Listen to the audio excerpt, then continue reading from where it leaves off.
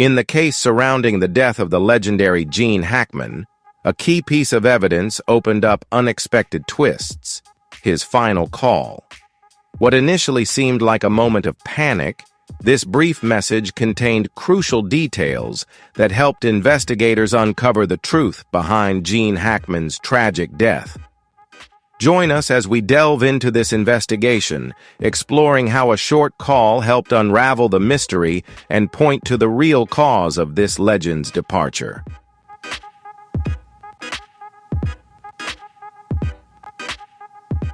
If you're curious to follow the untold details of the case, don't forget to hit like and subscribe so you don't miss any of our videos. Share your thoughts in the comments and join us on this journey to uncover the truth.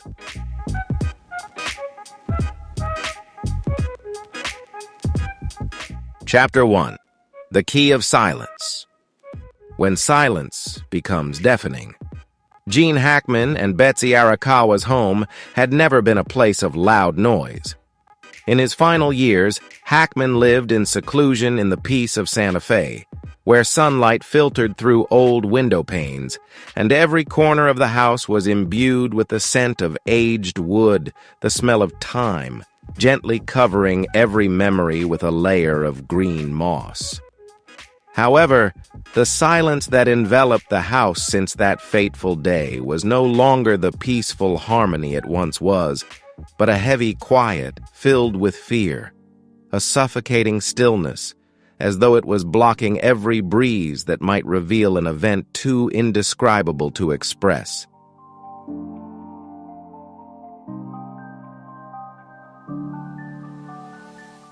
On that day, the first to break the wall of silence wasn't Gene Hackman, nor Betsy Arakawa, nor a neighbor or acquaintance. It was a plumber, a stranger who came to carry out a simple task. He was the first to notice something unusual. He wasn't a cop, certainly not a fortune teller, but the chill that ran down his spine when his hand touched the slightly open front door would haunt him for the rest of his life. The heavy walnut door, always kept firmly closed, was an unbreakable rule for Hackman, a man who believed in control and doors that were always locked.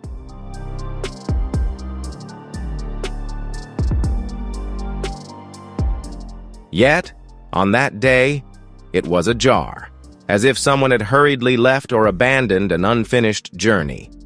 There were no signs of forced entry, no strange marks on the floor, no broken glass. But the eerie silence in the house made the worker stop, pull out his phone, and dial 911.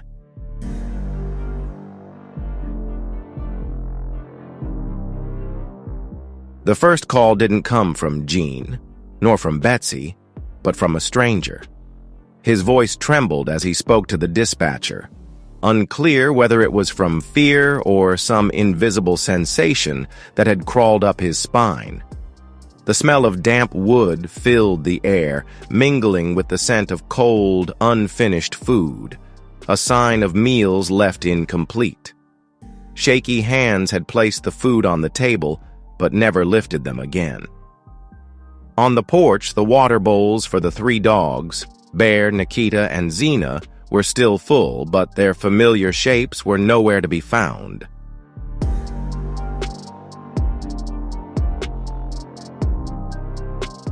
Gene Hackman was known for his extreme caution.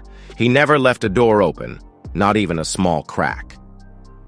The door, slightly ajar that day, felt like a silent message, a small sign left by someone to remind outsiders that behind that door, everything had spiraled out of control.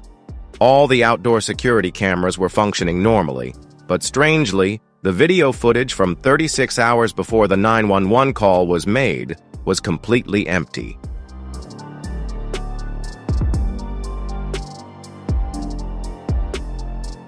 There were no images, no sounds, no data, like everything that happened on that fateful night had been erased by an invisible hand.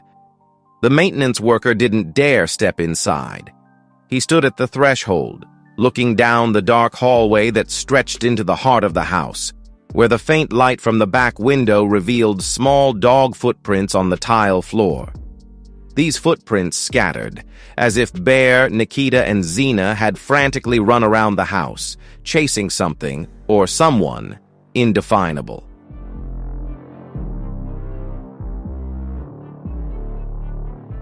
Time in the house seemed to stand still, but an overwhelming sense of urgent desperation hung in the air, like a breathless note in the sorrowful symphony of fate. As the worker turned away, he felt himself trembling, not from the late winter chill, but from the strong intuition that he had just inadvertently opened the final door to the secret Gene Hackman had kept hidden in the last days of his life. The slightly ajar door didn't just open to the house, it opened to the silent hell in the life of a legend.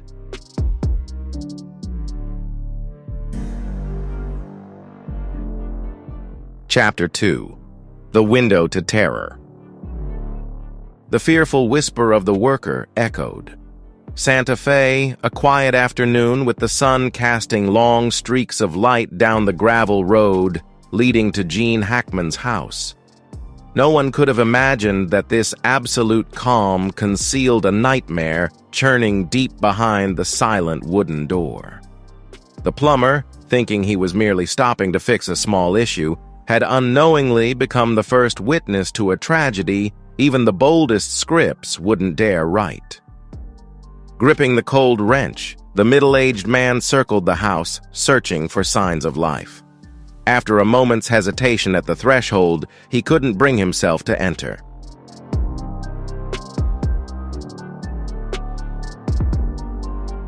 Something was terribly wrong. Too quiet, too unsettling, as if something was clinging to every corner, every crevice. The instincts of an ordinary worker weren't enough to identify the feeling he was experiencing, but the rapid breaths and the pounding of his heart echoed in his ears, speaking volumes. He moved toward the back of the house, past the large window leading into the living room where Gene Hackman often sat, lost in a book under the warm light. What he saw took his breath away. Betsy Arakawa, the small woman with the gentle smile, lay there, motionless, her eyes wide open but no longer recognizing the world around her, like a tragic wax figure in the coziest room of Santa Fe.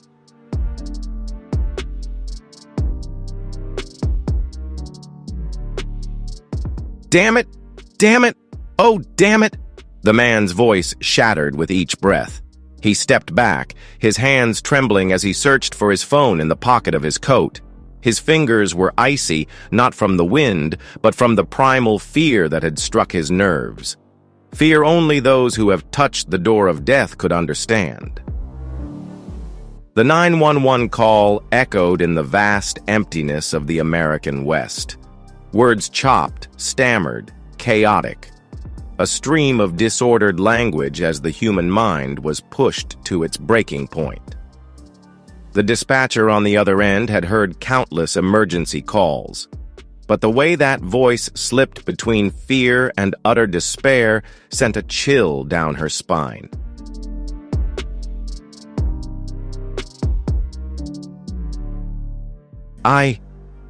I saw someone in Hackman's house. Oh, damn it. She was just lying there. Oh, damn it. The fragmented pieces of the story tangled together, overlapping with heavy breaths and the sound of footsteps retreating from the window, as if the person feared that by standing too close, a cold hand would reach out from within and drag him into hell along with Gene and Betsy. When the Santa Fe police received the report, they never imagined that one of the most horrifying cases in local history would be ignited from the very house of Hollywood legend, Gene Hackman.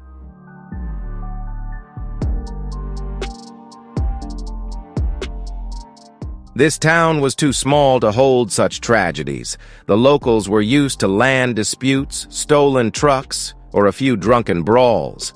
No one was prepared for the scene the investigators would find when they stepped through the slightly ajar wooden door. Betsy lay on the carpet, her arm limp, her eyes wide open, but without any sign of extreme fear on her face. That only made everything more confusing. She hadn't struggled, hadn't resisted. There were no signs of a fight. She simply lay there, as if she had surrendered to something. Something she had known, something she had predicted, something that had made the strong woman not even attempt to run.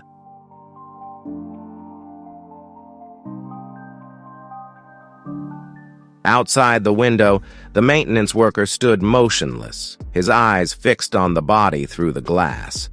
It felt as though Betsy was still watching him, through the cold pain, across the boundary between life and death. By the time the police arrived, the house had been sealed off. But the real mystery, the most horrifying part, wasn't in the living room where Betsy lay. It was what awaited behind the closed door at the end of the hallway. Gene Hackman's office, where his final call had been made, where the real story was just beginning.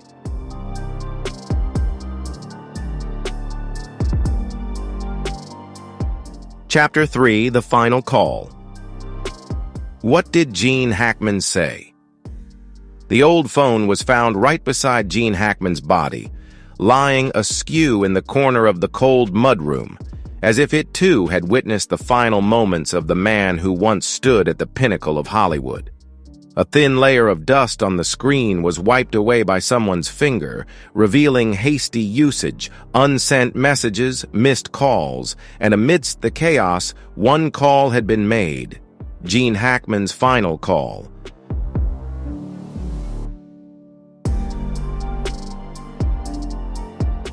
A leaked source from an anonymous investigator revealed that Gene Hackman made a call before collapsing. Not a random call, not a lengthy conversation. It was very brief, just a few seconds. But every word spoken from the phone Gene gripped in his hand became an obsession, even for the most seasoned investigators.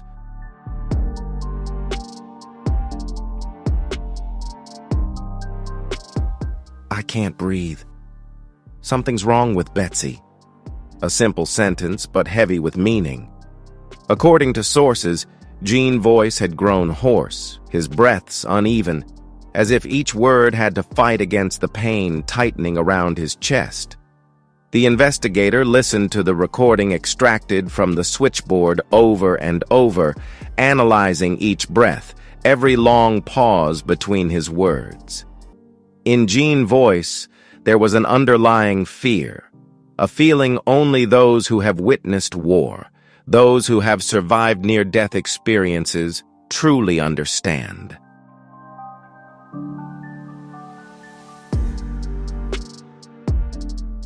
Gene Hackman, who had tirelessly worked on film sets, standing alongside great names and playing powerful roles, unafraid of both heaven and hell, found his voice trembling like a child in his final moments. Was it because he felt that this time everything was different? Why did Gene mention Betsy in that call? Investigators believe this is the most crucial clue. He didn't call to report danger to himself, but to mention Betsy, the woman who had been by his side for decades. This shows that in his final moments, Gene wasn't thinking about himself. He was worried about Betsy. He sensed that something was wrong with her, even before the crisis unfolded with him.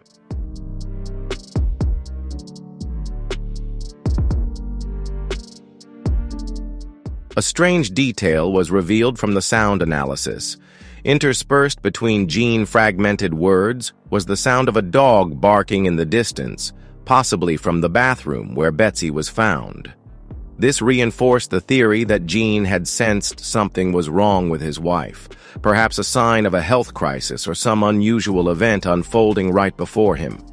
And then, as he tried to call for help, he too fell into a state of danger.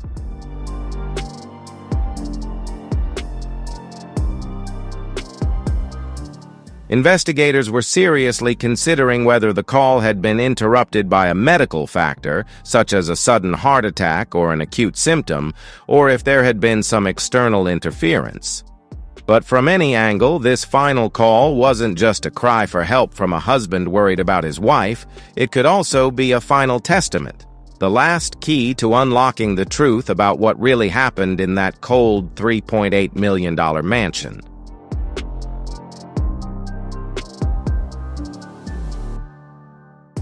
Another source from the telecommunications center revealed a chilling detail. Before the line cut off, there was a long, drawn-out breath, unclear whether it was Gene or someone else in the house. It wasn't the breath of someone trying to catch their breath, but rather like the exhale of someone taking their final breath, an unmistakable sound, one that haunted every investigator who heard it.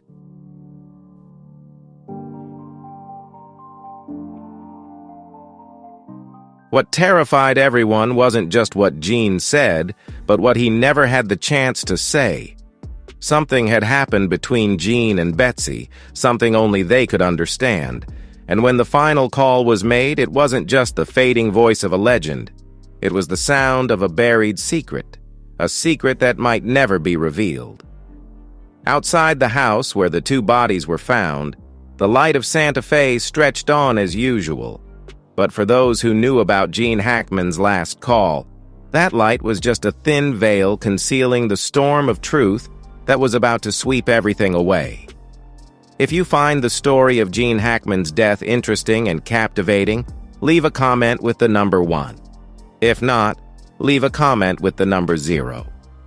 Now, let's dive into the next developments of the story.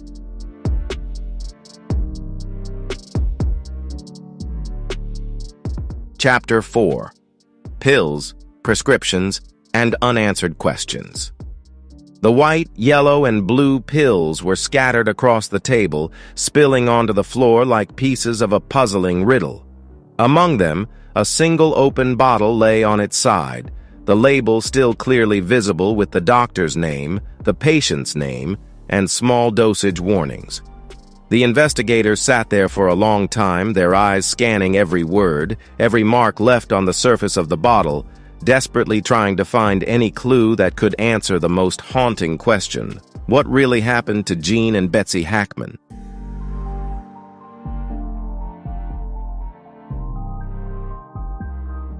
There were no signs of a struggle, no evidence of forced entry, no screams or crashing sounds heard from neighbors in the 24 hours before the two bodies were discovered.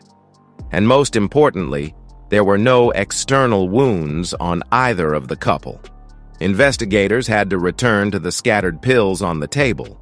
They weren't just physical evidence, but fragments of the mental turmoil of an elderly couple who had spent nearly 30 years together, witnessing glory, storms, and undercurrents that no one else had ever known.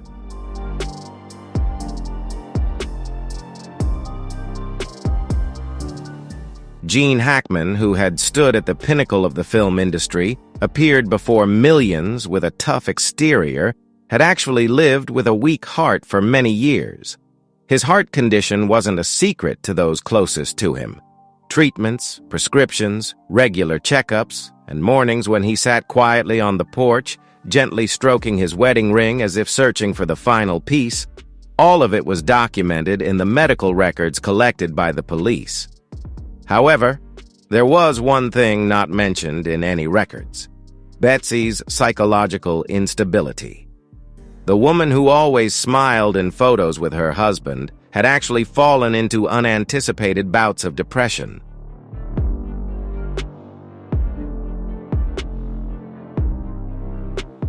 Close friends recalled that Betsy would often sit for hours by the window, her gaze fixed outside, occasionally bursting into tears for reasons unknown. After Gene announced his retirement, the spotlight faded, and their large home in Santa Fe became a sealed box where two aging souls were trapped in long, suffocating days.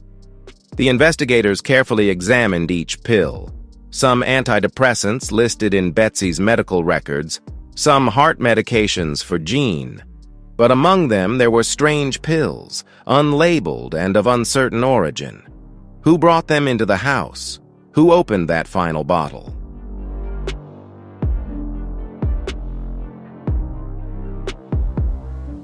At the first meeting of the investigation team, the hypothesis of a drug overdose was brought to the table, but something didn't add up.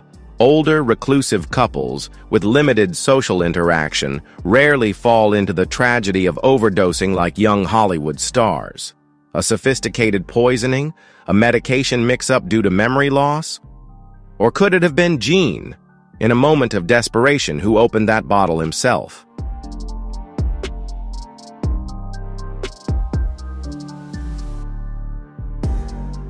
The biggest question still hung in the air of the Santa Fe police meeting room. Gene and Betsy. Who took the first pill? And as that pill slid down their throats, what did it carry with it? A plan carefully laid out in advance, or simply a fateful mistake?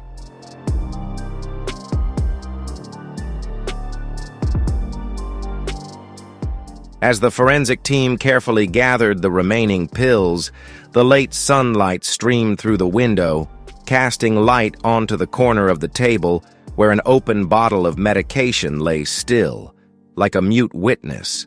In that dim light, it almost seemed as though two faint shadows lingered. Gene Hackman and Betsy, hand in hand, silently watching the investigation unfold, unraveling the mysteries surrounding their final moments.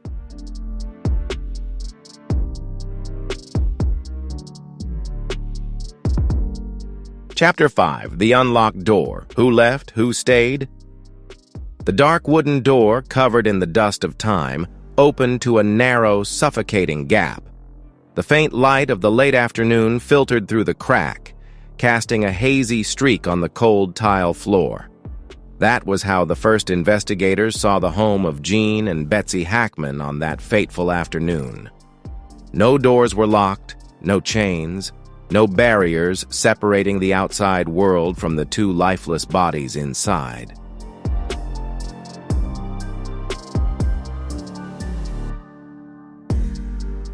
For anyone who had ever known Gene Hackman, this was completely out of character. At any age, Gene had always been obsessed with security. During his years under the Hollywood spotlight, he received countless threatening letters from obsessive fans and had to face photographers willing to do anything to invade the private lives of famous stars. Even after stepping away from the limelight and moving to Santa Fe, Gene continued the nightly ritual of checking the doors. His friends used to joke that he locked the doors so carefully that even Betsy, if she spent too long picking flowers in the garden, would have to knock several times to get back into the house.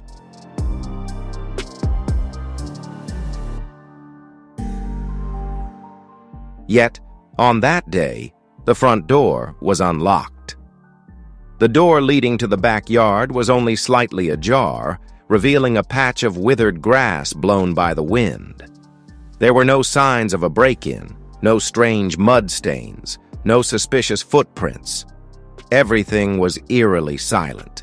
The only thing left were the doors open, almost as if someone had hurriedly left or intentionally left behind a wordless message.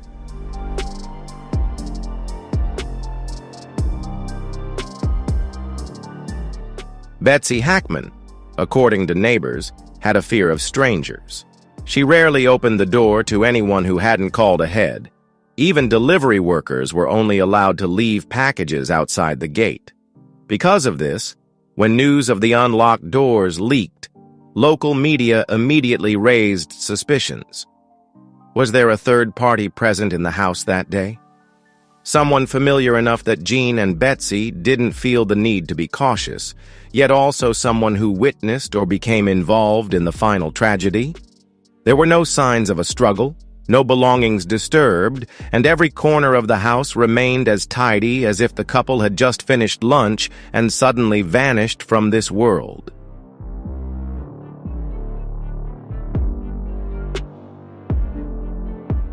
This quickly dismissed the hypothesis of a break-in or attack. But what could be more terrifying than violence? It was the silent presence of someone who knew the house well, who understood Gene and Betsy, who knew every little habit of theirs, a person who didn't need to break the door, didn't need to search for anything because their very presence was the answer.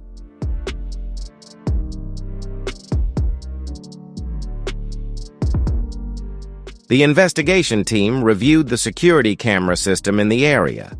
Santa Fe wasn't equipped with many surveillance cameras, but in a quiet neighborhood, Most of the surrounding households had basic recording devices installed. The data from the 24 hours prior to the discovery of the body was collected and analyzed, with each frame slowed down. The result: no suspicious individuals were recorded entering or leaving Gene and Betsy's home, no strangers, no unusual vehicles, no strange sounds.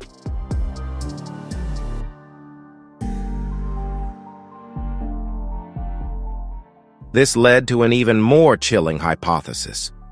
Was someone inside the house, staying for an extended period before leaving without leaving a trace? Or was there a hand that intervened, erasing all evidence and causing the camera system to go blind at the most critical moment?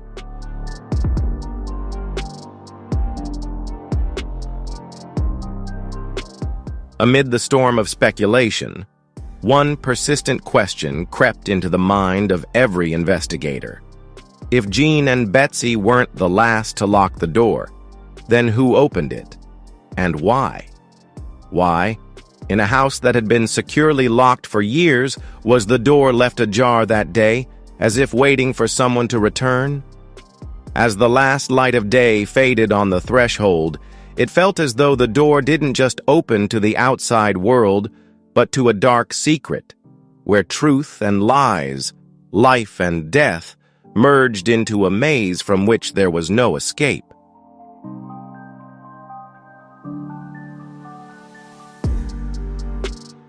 Chapter 6. Echoes from Mudro, the haunting in the final recording.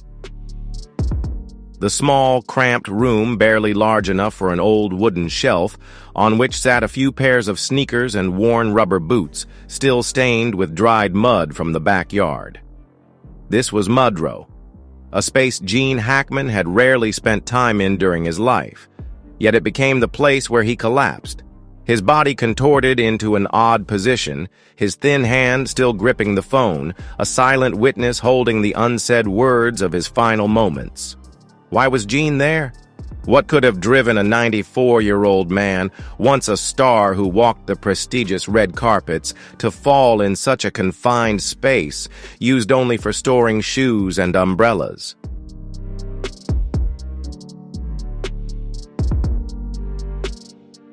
The crime scene investigators spent hours examining every tiny detail.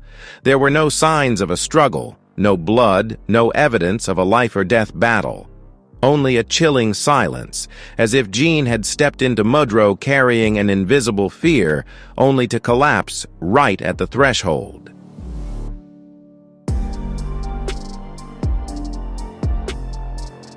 The first hypothesis suggested that Gene tried to run out the front door to seek help, but at that moment, the door was ajar, not locked. This completely contradicted Gene's survival instinct, as he was always obsessed with locking the doors at night. If Gene truly wanted to seek help from outside, why didn't he run to the garden, just a few steps from the main road? Why did he stop in Mudro, the only room without windows and no way to see outside?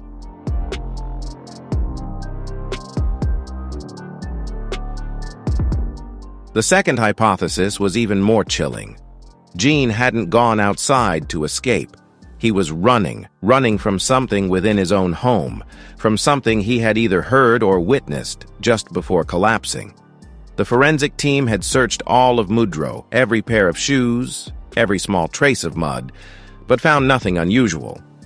However, as they continued to examine the phone in Gene's hand, the door to the true secret began to open. The phone wasn't just a means of communication, it was a silent witness to Gene Hackman's final moments.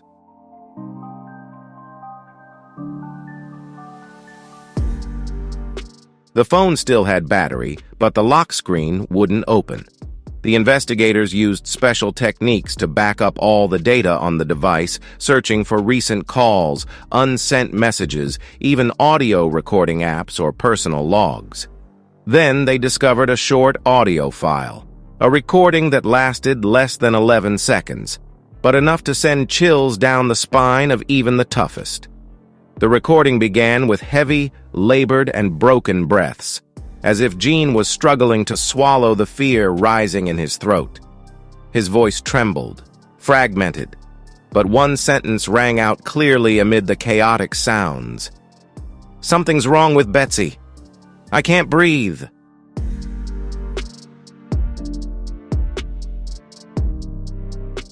Immediately after those words, there was no loud noise, no objects falling, no screams or struggles, only a silence that lasted for 3 seconds, followed by a small click, the sound of a finger tapping the phone screen.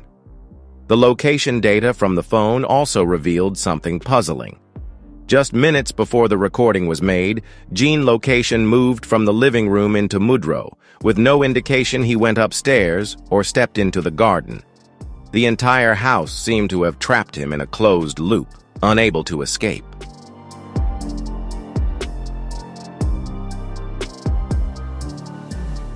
The investigation team immediately expanded their search to include Betsy's phone, hoping to find signs of contact between the couple in those final moments.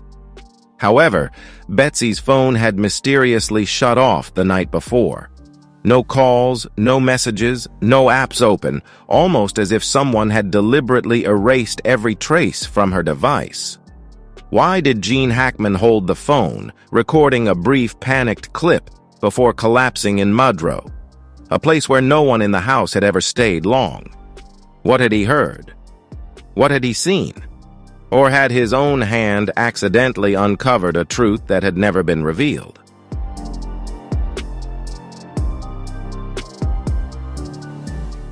Outside mudro, the front door remained slightly ajar. The cold breeze of the late afternoon slipped through the crack, like the breath of an unseen stranger, witnessing the final act of Gene Hackman's life, but never revealing itself. As night descended on Santa Fe, the phone rang in the wooden house, breaking the silence. On the other end, Gene Hackman's voice trembled, no longer the warm, resonant sounds of a legend, but the faint whisper of a man facing his final moment. "Betsy, I'm sorry, I can't." A choked sob, followed by silence. The call ended, but those words hung in the air like a belated confession, like an explanation left unfinished.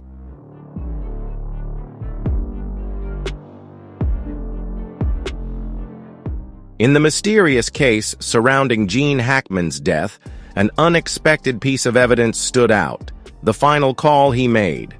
What initially seemed like a moment of panic and desperation turned out to be a crucial clue, helping to unravel the chilling truth behind his death.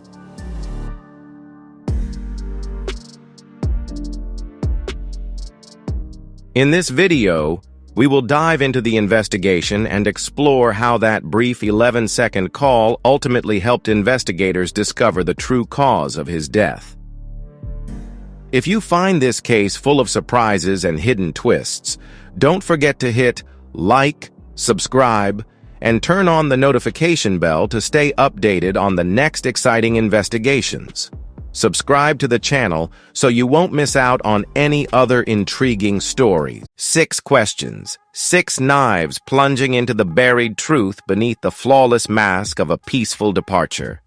But no departure is ever truly peaceful when the shadow of the hidden one lingers, hidden between missing pieces, between final breaths no one truly hears. Gene Hackman may be gone, but these 6 questions remain, demanding answers. From the dazzling lights of red carpet premieres to the post-Oscar parties that stretched into the early morning, Gene Hackman once had it all. The perks of an A-list star, a 2-time Oscar winner, one of the few to rise to the top without bowing to hidden forces. But behind that shining success, there was a Gene Hackman quietly closing doors, turning down Hollywood's glittering invitations and rejecting everything others deemed as glory. If you're intrigued by Gene Hackman's story and the hidden truths of Hollywood, hit like, leave a comment with your thoughts, and share this video with friends who'd enjoy it. Don't forget to subscribe so you won't miss the next exciting and shocking stories. Now, let's dive into this captivating tale. By the late 1980s, at the height of his career with films like Mississippi Burning and Unforgiven, Gene Hackman started pulling away from the limelight, stepping back from major events, award ceremonies, and those iconic photos with colleagues over glasses of champagne. All of it had become excess, things Hackman no longer valued. Hollywood had no loyalty, no conscience, only an unquenchable thirst for profit. That sharp truth wasn't a rash statement, but the culmination of everything Hackman had seen, endured, and absorbed over decades of navigating the glitz and the cold calculations behind the scenes. Hackman wasn't meant to be an idol. He openly confessed that he never felt at ease stepping onto a stage to accept an award. The pats on the back, the fake smiles exchanged behind velvet curtains, the congratulatory handshakes. Each one felt like a relentless stab in the back. It all repulsed him. Hackman once shared a story with a close friend. After receiving his first Oscar for The French Connection, he tore the bow off the statue and tossed it straight into the trash can in the men's restroom of the Dorothy Chandler Pavilion. His frustration wasn't a brief outburst. It was the result of decades of dissatisfaction that had been building for years. From the moment Hackman entered the industry with a simple dream of pursuing his passion for acting, he once said, "I didn't come here to be famous. I came here to work." But he quickly realized that Hollywood wasn't there to support passion. It was a place that devoured any soul bold enough to dream of fairness or true art. For years, Hackman became a thorn in the side of Hollywood's hidden powers. He turned down lucrative contracts, declined invitations to extravagant fundraising events, and even flatly rejected an offer to join the Academy.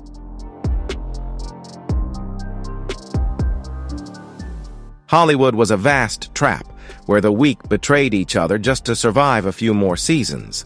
So, Hackman took a nearly unheard-of route. He severed all ties with power, shut the door on the media, and withdrew to a quiet life in New Mexico with his wife, Betsy Arakawa, the only woman in his life who had never broken his trust in kindness.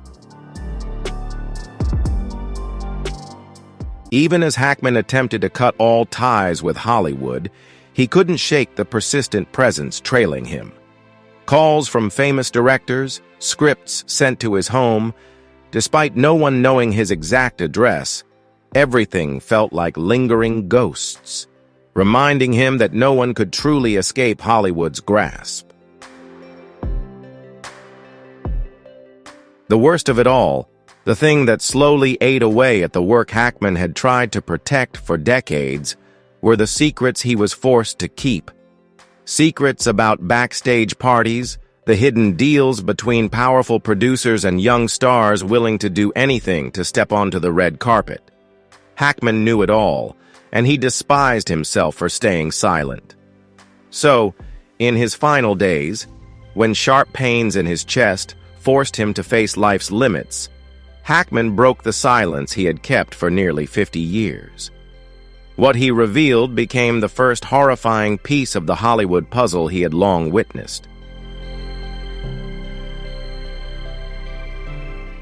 Unlike his tough, stoic persona on screen, Gene Hackman in real life was a smoldering fire, ready to ignite when something didn't sit right with him. That fire burned brightest on the set of The French Connection in 1971, where Hackman portrayed Jimmy "Popeye" Doyle, the role that solidified his legacy. But behind the film's raw, gritty realism lay a period of intense tension, one that set the lead actor against a powerful film crew, transforming the set into a silent battlefield.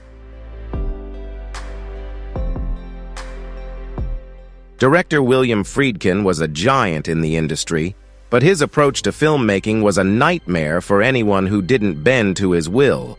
Known for his brutal directing methods, Friedkin pushed actors to their physical and mental extremes to capture raw, authentic performances. But for Hackman, the real battle wasn't just with the unforgiving director, it was with an unseen force behind the camera, a presence more powerful than anything on set.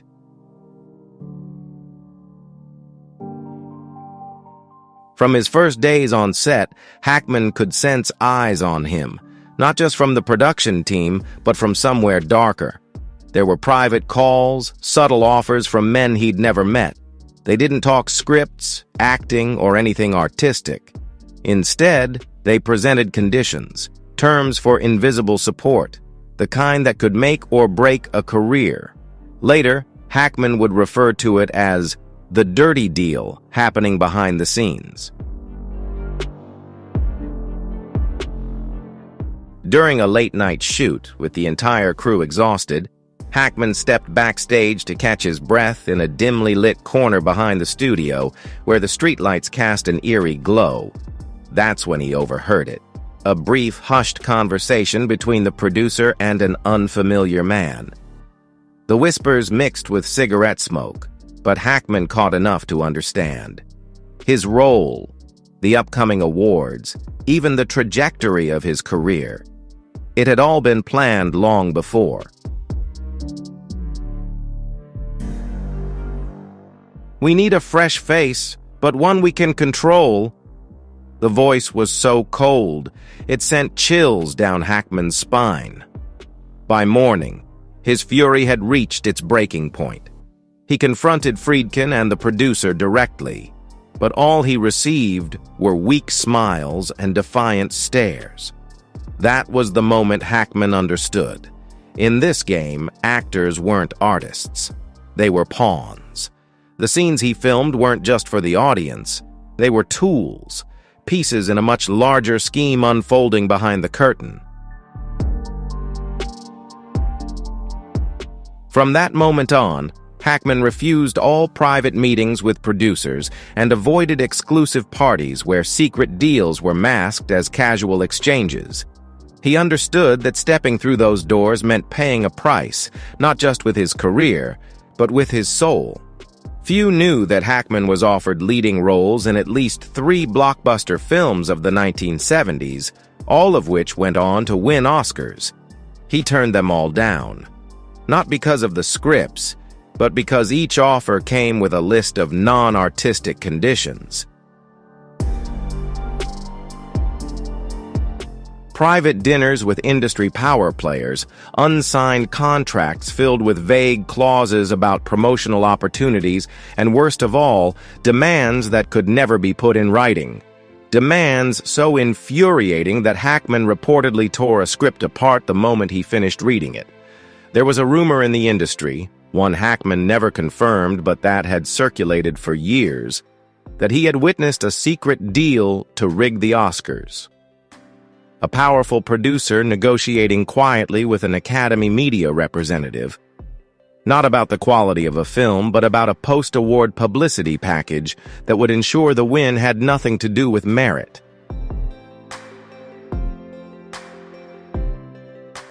From that point forward, Hackman lost faith in the Oscar race. To him, the golden statue wasn't a symbol of artistic achievement. It was a prize won behind closed doors. And as rumors spread throughout the studio that year, Hackman realized he no longer fit in there. In the quiet seaside room in Santa Fe, where Gene Hackman spent his final years escaping the chaos of the world, an old phone rang through the silence of the night. On the other end was a familiar voice, his closest friend for decades, the only person Hackman still trusted with the secrets he had buried for years. But this time, Hackman wasn't reaching out to relive the past. The stories he called to reveal. Hackman's voice was rough, each word cutting through the silence like a sharp blade. He began with a sentence as chilling as the night air seeping through a cracked window. "We sold our souls for fame, and I can't die carrying this burden." Outside, the New Mexico sky was pitch black. But the true darkness filled the room where Hackman sat. No lights, unlike usual. The whiskey on the table contained nothing but the memories he'd spent over 50 years trying to bury. Now they surged forth, unstoppable. Hackman recalled it slowly, each word feeling like a stone weighing down his chest. He spoke of a night in 1974 inside a Beverly Hills mansion, not just a gathering of A-list stars, but a room packed with powerful figures from media, production, and politics. It wasn't just a party. It was the night Hackman was first welcomed into the inner circle, a group of seasoned actors revered by Hollywood and the press. Yet behind the scenes, they kept secrets that could never be revealed.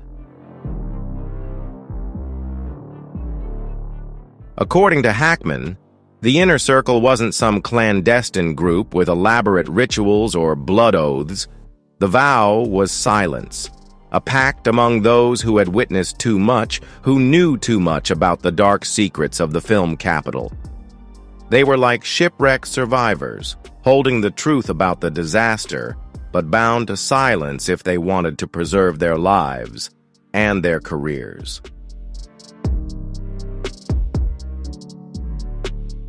The greatest secret Hackman carried throughout his life, the one that ate away at his soul with each passing day, was the cover-up of Hollywood's most horrific crime. A child exploitation ring involving famous filmmakers, celebrated actors, and the shadowy figures who controlled the awards, the media, and the entire industry. In 1975, Hackman and a few familiar faces, once prominent actors who had faded from the spotlight, were invited to a private party. They thought it was just another chance to network with the powerful. But what unfolded behind those doors would haunt Hackman for the rest of his life. Beyond the velvet curtain, inside an extravagant room, was a scene he could never erase from his mind. Children, too young to understand what was happening, used as entertainment for men who called themselves moguls. The laughter, the applause, the firm handshakes after each exchange. Hackman absorbed it all, his eyes capturing every detail, his heart turning cold like a sheet of black ice.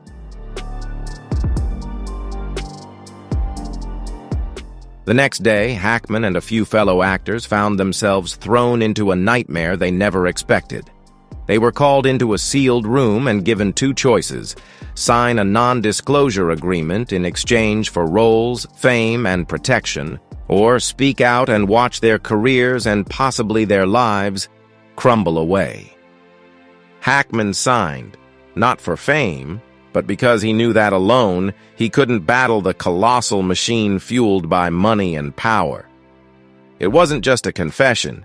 It was the tolling of a bell, swinging open the gates of hell, where Hollywood's darkest secrets lay in wait to be exposed. The small wooden house in Santa Fe, where Gene Hackman spent his final years, soon became a focal point after news of his passing spread. But not because of curious locals or tabloid reporters. A different group arrived first, people who never ventured into the light. They didn't bring flowers, they didn't light candles, they came for the tapes. Those tapes had long been a whispered legend in private conversations among veteran actors. Those who knew Hackman understood his habit of recording, not for blackmail or as a weapon, but simply to keep a record in case the truth ever needed to be revealed. Hackman called them his lifeline tapes, the only connection between him and his conscience. According to an anonymous insider, Hackman began this secret practice in the late 1980s, silently recording phone calls with producers, negotiations over roles, veiled threats against young actors who refused to comply, and even off-the-record conversations among Hollywood's power players. He recorded everything. Each tape was a piece of a puzzle in what Hackman referred to as the ugliest mosaic of power I've ever seen. Those tapes didn't just hold scattered voices. They were living proof of a system that had been running for decades. A system where prestigious awards weren't always given for talent, where faces disappeared from the screen for simply saying no, and where child actors were taught silence before they even knew the alphabet. Hackman once told a friend, "If you heard what I've heard, you'd never watch another Oscar night again." Now that Hackman was gone, so were the tapes. At the family's request, the Santa Fe police conducted a thorough search of the house, checking secret drawers, hidden compartments in bookshelves, even scanning every floor tile. No tapes, no cases. They had disappeared without a trace. Hackman's family, particularly his cousin who lived next door during his final years, confirmed seeing old tape reels neatly stacked inside a worn leather suitcase. Hackman never explained them. He only gave one instruction. If anything happened, they were not to be opened. Instead, they were to contact a single name, a former friend who had never appeared in any public photographs. When the police opened Hackman's storage room, the suitcase was gone, without a trace, not even a single note left behind. Someone had taken it. But the more terrifying question was, had Hackman managed to copy the tapes? And if so, where were they now? In the hands of an old colleague still on the same side? Locked away in the safe of a mysterious attorney in New York? Or had they already reached a newsroom where journalists were sitting on a ticking time bomb, just waiting for the right moment to detonate? Some Hollywood insiders revealed that Hackman wasn't the only one aware of the recordings. Certain directors, screenwriters, and even young actors who had been caught in shady dealings also knew about them, but no one dared to speak of them, because they understood that merely mentioning the missing tapes was like signing their own death sentence. If you find Gene Hackman's story worth reflecting on, leave a comment with the number 1. If not, leave a comment with the number 0.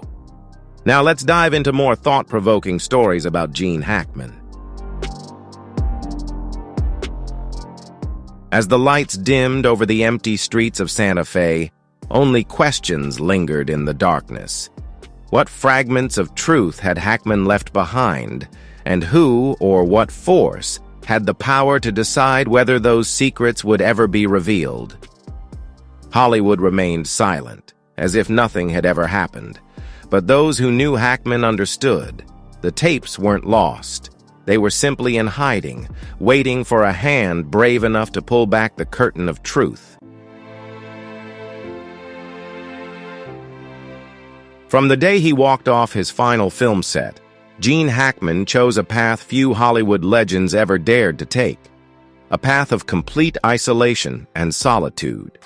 Santa Fe, New Mexico, with its arid hills and blood-red sunsets, became his ultimate refuge. A humble wooden house.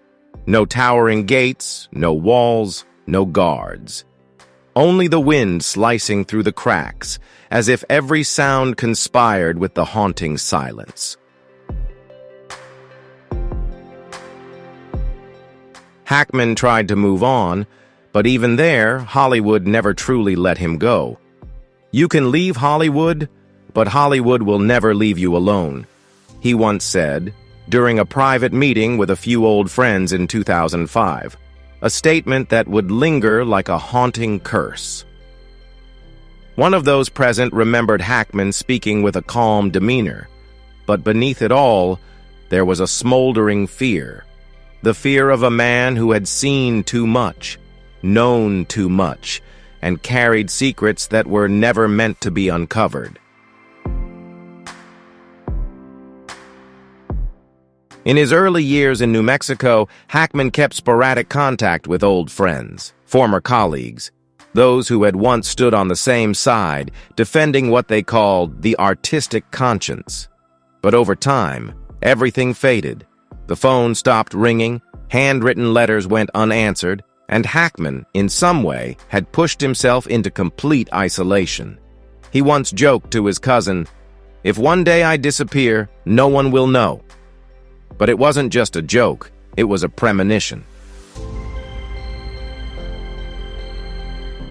It was this very cousin who, after Hackman's death, began experiencing strange occurrences for years.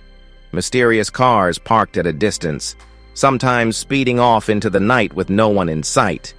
Eerie late-night calls with only the sound of faint breathing before abruptly hanging up. Nameless letters containing only a few handwritten words. "We see you." Hackman never officially admitted he was being watched, but his cousin confirmed that he knew it well enough to always keep 2 suitcases in the house, one filled with personal belongings and the other with documents no one had ever seen. Hackman lived like an exile in his own home, always prepared to leave everything behind and vanish if necessary. Why? Because of what he knew and what he carried with him in his final years. He rejected every invitation to return, not for an honorary Oscar, not for a Lifetime Achievement Award, not for anniversary tributes. Partly because he despised Hollywood's hypocrisy, but mostly because he knew that the moment he stepped beyond the safe confines of Santa Fe, the old hands wouldn't hesitate to reach out and squeeze the last breath from his throat. Some called Hackman paranoid, but those who sat with him in that wooden house heard the disjointed fragments, the late-night parties in Beverly Hills, the deals made behind closed doors, the young stars who never got their chance to shine. They knew Hackman wasn't delusional. He was simply one of the few who had lived long enough to tell the story. But no one knows if those stories ever escaped Hackman's lips in time, or if they followed him into the abyss of eternal silence. Gene Hackman's final days were far from the peaceful twilight of a legendary figure enjoying his last years. Instead, they were suffocatingly tense, as if his final breaths were being choked away, each faint glimmer of daylight swallowed by the shadows of memories he could never erase. About 3 weeks before his death, his cousin noticed something unusual. Hackman, who had severed most ties with Hollywood long ago, was suddenly making calls. Not to younger colleagues, not to journalists who had once sought him out, but to a few old faces. Faces that belonged to a secret circle of silence, a pact Hackman had broken years ago. Once united as allies, they have since disappeared, not just from memory, but from existence itself. What's even more chilling is the bizarre manner of their deaths. Midnight car wrecks, fatal tumbles down their own staircases, or sudden, unexplained fatalities in their opulent Beverly Hills estates. The deaths appeared random, yet Hackman never bought into the idea of accidents in a world where men bartered their souls for fame. "I have no one left to talk to," he murmured one night, standing by his office window, his hand shaking as he clutched the old landline phone. Unanswered calls. Voicemails left to echo in emptiness. Voices once familiar, now silenced forever. In the desk drawer of Hackman's office after his death lay a collection of jumbled notes, scrawled in shaky, uneven handwriting. There was no start, no finish, just disjointed fragments of an unfinished puzzle scribbled onto crumpled paper, yet one line stood out. The same faces, the same hands, the same silence. This phrase echoed like a chilling refrain, repeated across several notes, as though Hackman had desperately tried to leave a message for anyone daring enough to read and brave enough to comprehend. The same faces, the familiar faces, the ones that smiled beside him on the red carpet, and the ones that crushed the careers and souls of those who dared to speak. The same hands, the hands that congratulated him when he won awards, and the same hands that signed the orders to silence inconvenient witnesses. The same silence, the silence that has endured for over 50 years, concealing Hollywood's most sinister secrets. When Gene Hackman's death was officially announced, it came with a neat and tidy cause, natural causes, a clean conclusion, leaving no room for curiosity to roam. But for those who understood the world Hackman had escaped, natural had never been a reality. Was it truly the end, or Hollywood's final warning to those who dared defy the rules? An old friend, one of the few survivors, spoke to the press after Hackman's funeral. Gene knew the rules. He knew them better than anyone, and he knew exactly what happens when you forget who makes them. Gene Hackman's story didn't end with a quiet grave in Santa Fe. It ended with the sharp slam of an office door. The first officer stepped into the wooden house, where a silent landline sat by the window, and beneath a drawer lay the final note: "I never wanted to survive." Hackman closed his eyes, but his last words rang out, not as a peaceful farewell, but as a scream ripping through the glittering mask Hollywood used to conceal its rotting conscience. That secret. Who dares to hear it all? Those words didn't come solely from a man on the edge of death, but from the voice of a tormented conscience. He had lived a life of glory, yet one shadowed by regret and sorrow. He had devoted his entire being to his art, but the price was paid in wounds and loss. In his final moments, he could no longer stay silent. He had to speak the truth, even if it had the power to shatter the world. Those left behind, will they dare face it? Will they have the courage to hear it through? Or will they turn a blind eye, cover their ears, and keep living in illusion and lies? Gene Hackman was gone, but his words lingered. A warning, a challenge, and perhaps the key that would shape the future of an entire industry. If the story of Gene Hackman and Hollywood's dark secrets surprised you, make sure to hit like, drop a comment with your thoughts, and share this video with friends who might find it intriguing. Thanks for watching, and see you in the next video. A shocking rumor is spreading, claiming that Hollywood legend Gene Hackman had planned to reveal some big names connected to the Epstein scandal just before his death.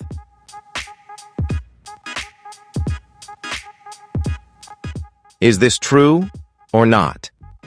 In this video, we will dive deep into the rumors surrounding Hackman's final days and explore whether he was truly preparing to reveal explosive secrets or if this is just an unfounded conspiracy theory.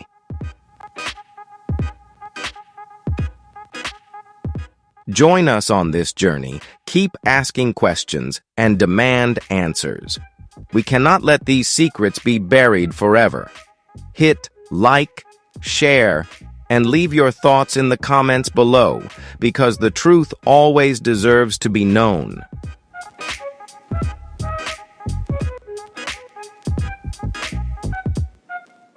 Gene Hackman, a Hollywood legend, an irreplaceable icon of the silver screen, his name forever linked with iconic roles in Unforgiven, The French Connection, and many other timeless films.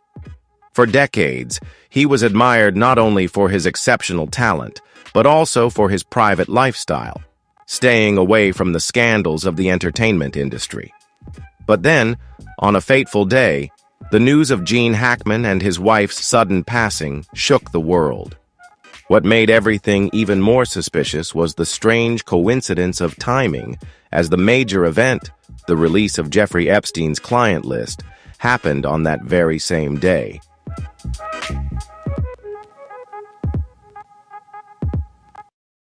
The headlines that day were buzzing with surprising names, as the long-awaited client list was finally revealed, featuring numerous prominent figures ranging from politicians and business tycoons to Hollywood stars. People eagerly awaited the truth to be exposed, secrets that could no longer be hidden. But amidst the media frenzy, another shocking piece of information surfaced. Gene Hackman and his wife were found dead. At this point, questions began to arise. How could this be such a coincidence? A legendary actor with clear ties to the elite passing away on the very day the Epstein list was made public. Could there be a secret buried with him?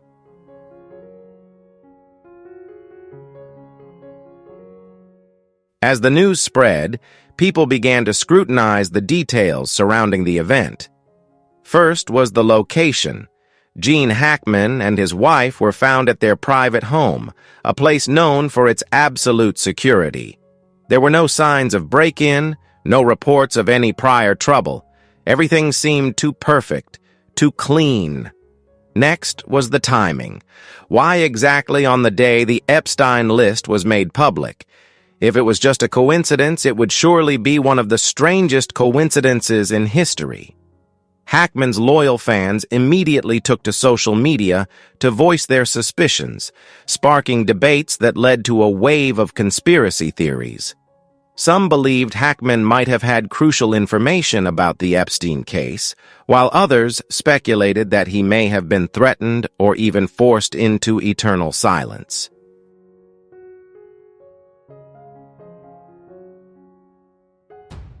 So, was Gene Hackman connected to Jeffrey Epstein? Prior to this, there was no documentation or evidence confirming any relationship between him and the disgraced financier. However, when the list was released, many immediately checked to see if his name appeared on it. The result was that Gene Hackman's name was not present. But that doesn't necessarily mean he was completely unaware of the scandal. Hackman had been active in the film industry for decades, with extensive connections to many influential figures. He worked with directors, producers, and actors who are now suspected of being linked to Epstein. Could he have known something? Could he have been privy to secrets that some people wanted to keep hidden? Another strange detail surfaced when an anonymous source claimed that Hackman had expressed concerns about the dark forces controlling Hollywood. While there is no concrete evidence, this only deepened the suspicion. Could he have been under surveillance? Did he receive any? Could he have known something? Could he have been privy to secrets that some people wanted to keep hidden? Another strange detail surfaced when an anonymous source claimed that Hackman had expressed concerns about the dark forces controlling Hollywood. While there is no concrete evidence, this only deepened the suspicion. Could he have been under surveillance? Did he receive any warnings?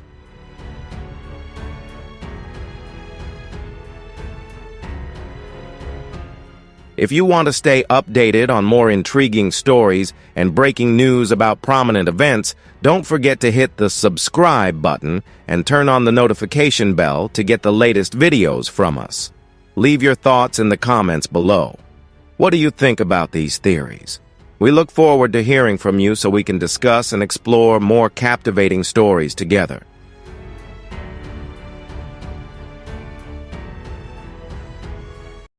A Reddit post immediately caused a stir. Was Hackman planning to reveal something? Did he know too much? And is this how they silenced him? The questions remain unanswered, but one thing is certain.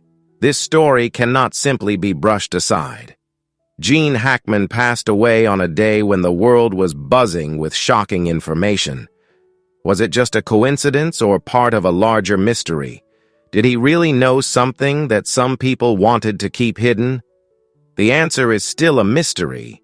But one thing is clear. The public won't let this story fade away easily.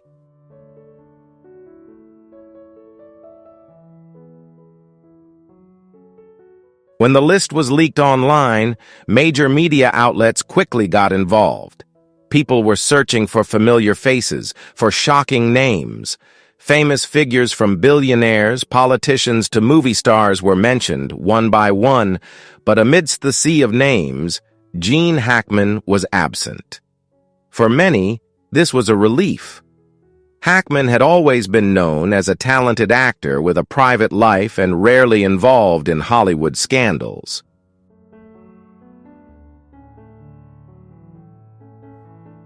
But instead of calming all speculations, Hackman's absence from the list raised even more questions. Could some names have been omitted to protect influential people? And more importantly, did Hackman know something that some people didn't want to be revealed? Was the list altered?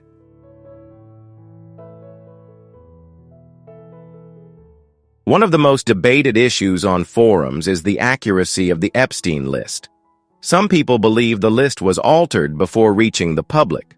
Documents related to Epstein have been tightly controlled ever since the case began. Many key documents have mysteriously disappeared, and numerous witnesses have either remained silent or withdrawn from investigations.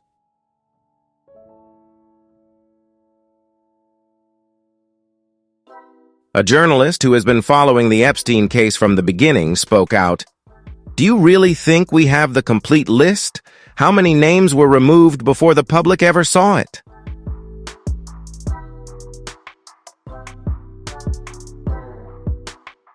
And this is where Gene Hackman reappears in the discussions. Some people believe that if Hackman truly intended to reveal something, he might have possessed a complete version of the list, an uncensored version. But if that's the case, where did he get it from? And more importantly, who would want to silence him?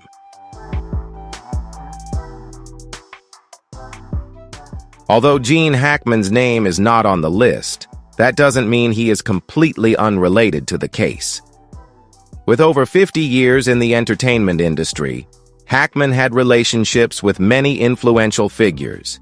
He worked with several directors, actors, and powerful producers, some of whom are now suspected of being involved with Epstein.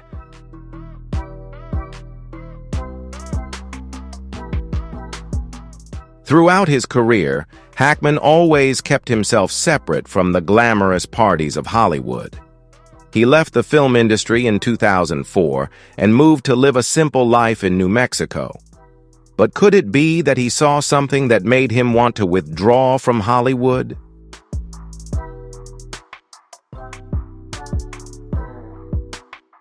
Another theory suggests, if Hackman had no direct connection to Epstein, could he have heard or known something that someone didn't want him to reveal? While Hackman's name wasn't on the list, many other powerful figures were included. Hollywood, Washington, Wall Street, each sector had its representatives.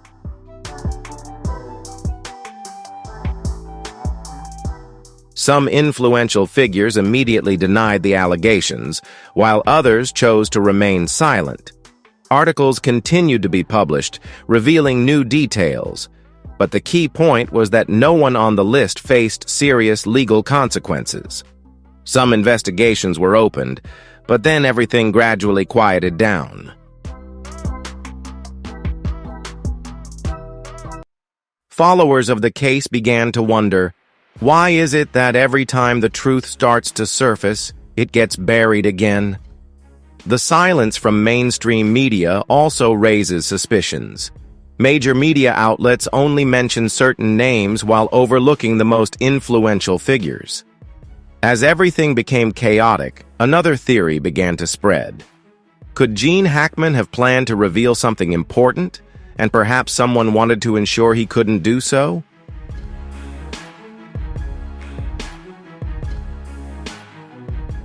A mysterious anonymous post on a forum sent chills down many spines. If Hackman had something to say, we will never hear it. They've made sure of that. Those who believe in this conspiracy theory point out that the timing of Hackman's death is too coincidental to be just an accident. If he truly had important information, what happened to it? Who had the strongest motive to ensure it would never be made public? Regardless of what the truth is, one thing is clear. The Epstein list is not a simple story. Too many questions remain unanswered. Did Hackman really know something important? How many times has this list been altered before being released to the public? Why haven't the biggest names been brought to justice? Until these questions are answered, the Epstein case and the mysteries surrounding Gene Hackman will continue to be a contentious topic. And for those who believe Hackman holds the truth, one thing is certain: they will not stop searching for answers. Particularly, how many times has this list been altered before being released to the public? Why haven't the biggest names been brought to justice? Until these questions are answered, the Epstein case and the mysteries surrounding Gene Hackman will continue to be a contentious topic. And for those who believe Hackman holds the truth, one thing is certain: they will not stop searching for answers. A particularly intriguing theory has gained a lot of attention. Hackman might have possessed a secret that someone didn't want him to reveal.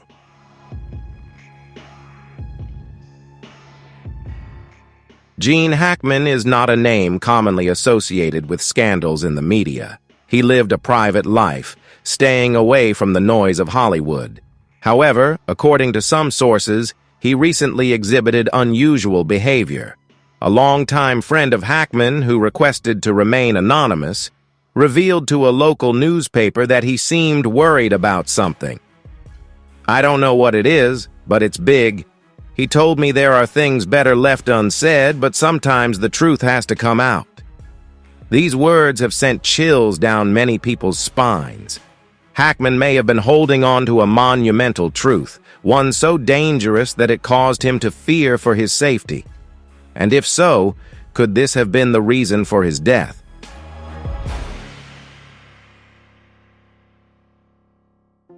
Another source, someone who worked with Hackman in his final years, also mentioned an enigmatic remark he made before his death. "They think they buried everything, but they are wrong." What did this statement mean? Who were the "they" Hackman was referring to, and what had been buried? Just before his death, Hackman made a call to an old friend, an investigative journalist who had been looking into the Epstein case. The contents of the conversation were never revealed, but according to close sources, Hackman inquired about the Epstein list. Why would someone with no direct connection to Epstein be interested in this list? Was he trying to find a specific name, or worse, was he preparing to reveal something?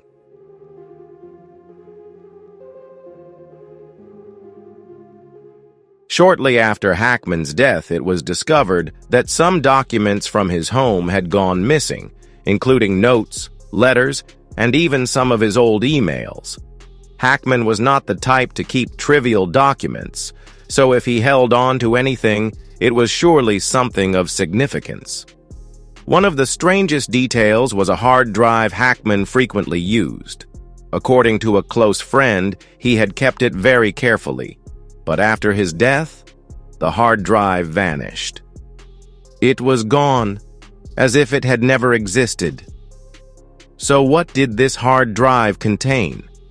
Could it have held important documents about Epstein or evidence of something bigger? An investigative journalist claimed that Gene Hackman may have sent an important email just before his death, but this email was never found. There's a theory that this email may have been remotely deleted or even blocked before it could reach its recipient.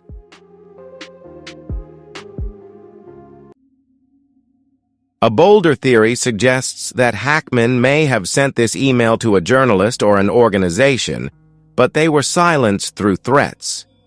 Is this the truth? Did Hackman attempt to reveal something but was stopped by someone? If the theory about Hackman's secret is true, then the most important question is, who had the motive to silence him?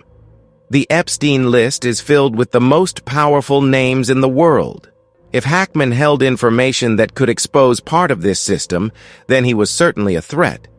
But is that all, or is there another possibility? Hackman may not only have known about the Epstein list, but also understood how the entire system operated. Some conspiracy theories suggest that Hackman might have known about a larger, more secretive network, beyond just the Epstein case. If this is true, then the motive to silence him becomes even stronger. After Hackman's death, no one can answer the crucial questions. What did the missing documents contain? Who deleted? Some conspiracy theories suggest that Hackman might have known about a larger, more secretive network beyond just the Epstein case. If this is true, then the motive to silence him becomes even stronger.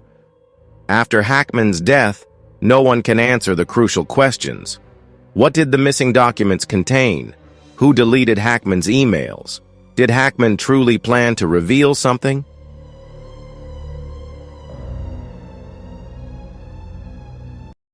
Some believe that although Hackman has passed away, the truth he held may still be out there, waiting to be discovered. A journalist who worked with him revealed that Hackman had a habit of recording important thoughts in a private notebook. If that notebook still exists, it could be the key to everything. But does the notebook still exist, or has it also been erased from history? Will the truth be buried or exposed? Gene Hackman may have left this world, but his secrets may still be there, waiting to be uncovered. If there's one thing for certain, it's that people won't stop searching for the truth. Hackman once said, "The truth has a way of coming out. It always does." Perhaps he was right, and if anyone thinks the truth will be hidden forever, they may have to face a different truth. The truth never disappears.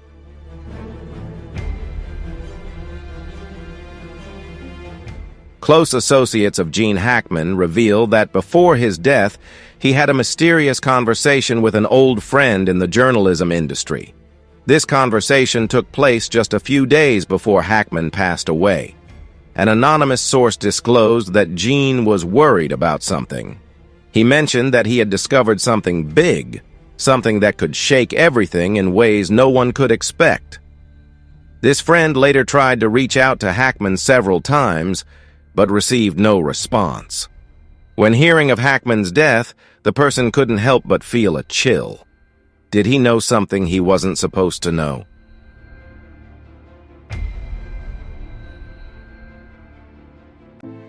Although Gene Hackman was not the type of person involved in Hollywood scandals, some have wondered if there was any connection between Hackman and the powerful figures associated with Epstein in the 80s and 90s.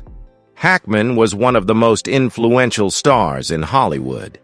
He not only worked with many famous directors, but also had connections with some of the wealthiest and most influential people. Some sources suggest that Hackman attended exclusive events for the elite, where names now suspected to be linked to Epstein also appeared. While there is no direct evidence showing Hackman's involvement in this network, if he was indirectly connected, it's very likely that he knew more than what has been publicly revealed.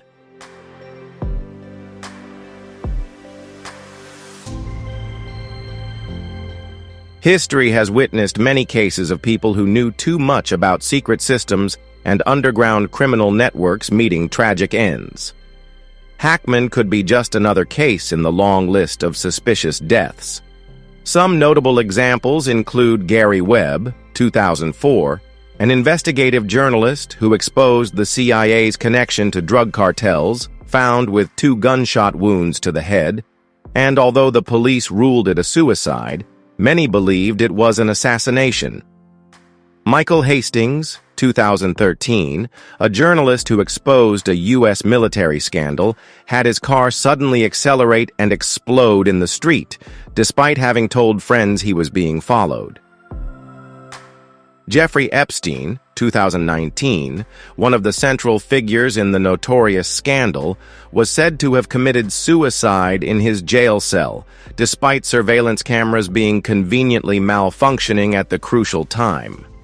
If Hackman truly knew something related to the Epstein list or the powerful people behind the case, his death might not have been a coincidence.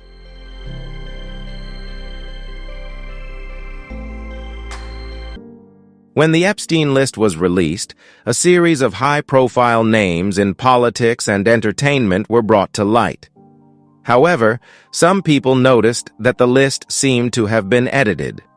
Certain important names were missing, despite prior evidence suggesting they had connections to Epstein. The question is whether Hackman discovered something about this editing. A journalist who worked with Hackman on a documentary project about Hollywood scandals revealed that he was digging into some issues. He asked me strange questions about the power structure in Hollywood, about who really controls everything. It felt like he was uncovering something bigger than just a scandal. If Hackman truly had information about the editing of the Epstein list or other secrets, his sudden death could have been a way to prevent the truth from being exposed.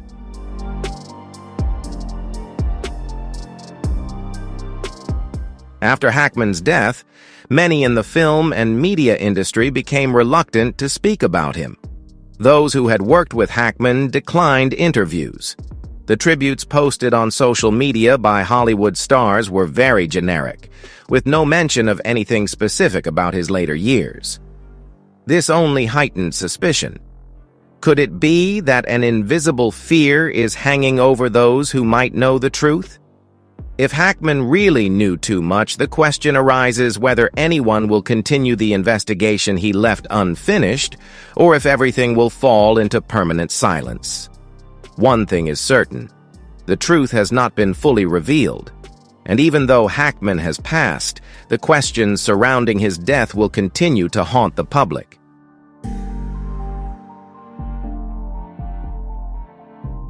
The truth has a way of revealing itself. It always does. Will that day ever come, or will everything be buried forever? This scandal is not just the story of an individual, but of a system. From the moment Jeffrey Epstein was arrested to the release of his client list, a repeating pattern has been observed. Powerful names are suspected, but then everything gradually fades into obscurity. After Epstein's mysterious death in prison, people believed justice would be served, that those involved would be exposed. But instead, crucial documents vanished, witnesses went silent, and the media gradually shifted public attention elsewhere.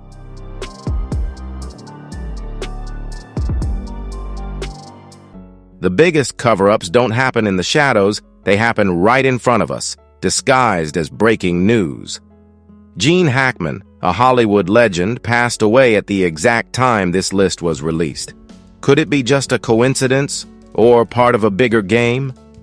Hollywood has long been seen as a glamorous land, where blockbuster movies are born and stars become idols to millions. However, behind that shiny exterior, it's also a world full of secrets, hidden deals, and powerful figures pulling the strings from behind the scenes.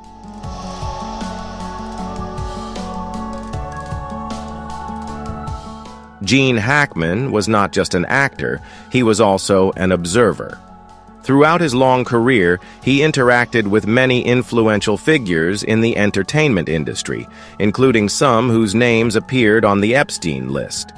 Some sources suggest that Hackman had discussions with colleagues about the darker sides of Hollywood, speaking about how certain powerful individuals could manipulate the media, actors' careers, and even justice within the industry. The real script wasn't written for the movies, but to control the narrative. If Hackman truly knew about these shocking issues, could someone have tried to silence him?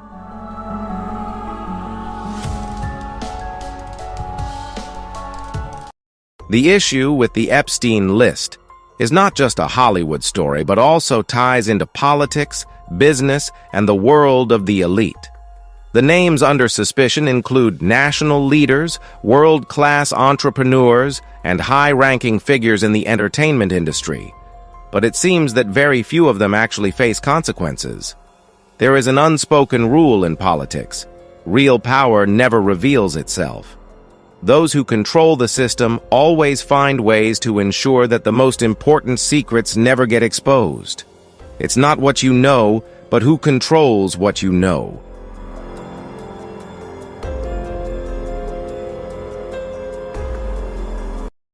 If Hackman accidentally or intentionally discovered a truth that could threaten the powerful figures behind the scenes, his sudden death might not be a simple accident. When the Epstein list was released, many expected the media to take strong action to expose the entire truth. However, major media outlets reported the story superficially or focused on less important names. This is not the first time this has happened. Major scandals are often buried this way, with information diluted when too dangerous a story is made public. When a story is too sensitive, many other stories are released to divert attention, controlling the narrative instead of focusing on those behind the scenes.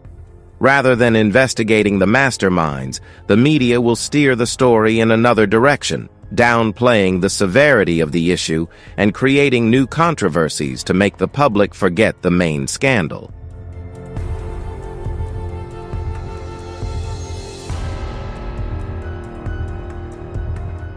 Is the media truly free, or is it just a tool for controlling information? Press freedom only truly exists if those who own the media allow it. With all these factors in mind, Gene Hackman's death becomes even more mysterious. Did he really know too much, or was he just a victim of a series of strange events? While many questions remain unanswered, one thing is certain. Those in power always find ways to keep secrets. The truth is not always made public. It is often concealed under layers of fog. The silence surrounding the Epstein list, along with the suspicions surrounding Hackman's death, only fuel more troubling theories. How many others know the truth but are too afraid to speak out?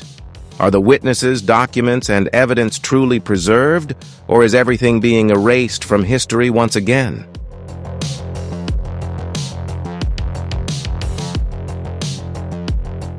So what really happened? What was Hackman preparing to reveal?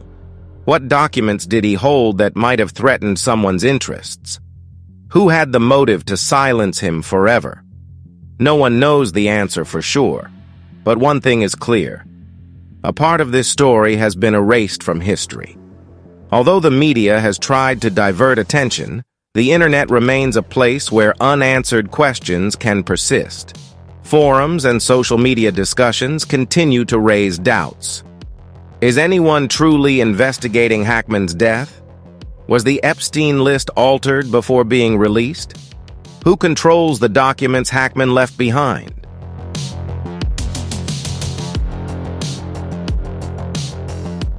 Do we truly want to know the truth, no matter how frightening it may be?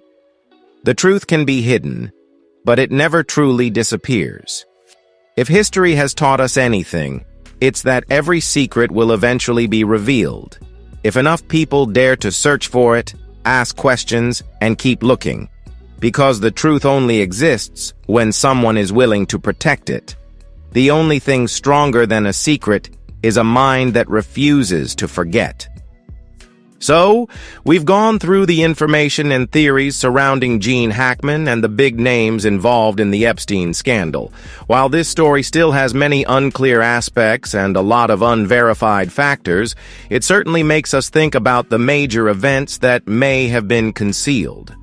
If you found this video helpful, don't forget to like, share, and subscribe to the channel so you won't miss any upcoming updates. Thank you for watching, and I'll see you in the next video. In his final years, Hollywood legend Gene Hackman left behind a shocking and emotional legacy, causing his family and the world to question everything they once knew about him.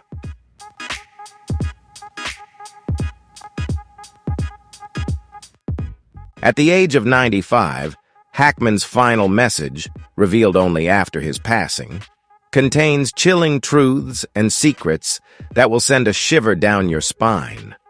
From secret financial dealings to haunting letters he never sent, his last will paints a picture of a man struggling with fame, a turbulent past, and the broken relationships he left behind.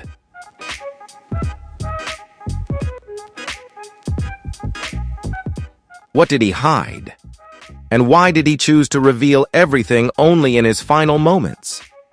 Stay tuned as we uncover the untold story of Gene Hackman's last message and the shocking revelations that will haunt you.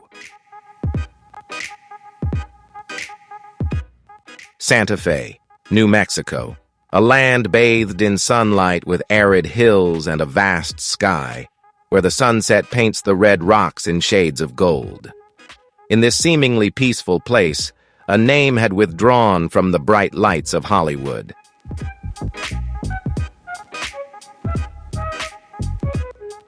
Gene Hackman, known to audiences for his cold, sharp, and weighty performances in films like The French Connection, Unforgiven, and The Conversation. Gene Hackman was not just an actor. He was a living symbol of an unforgiving era in cinema, where talent had to shout to secure a place under the spotlight.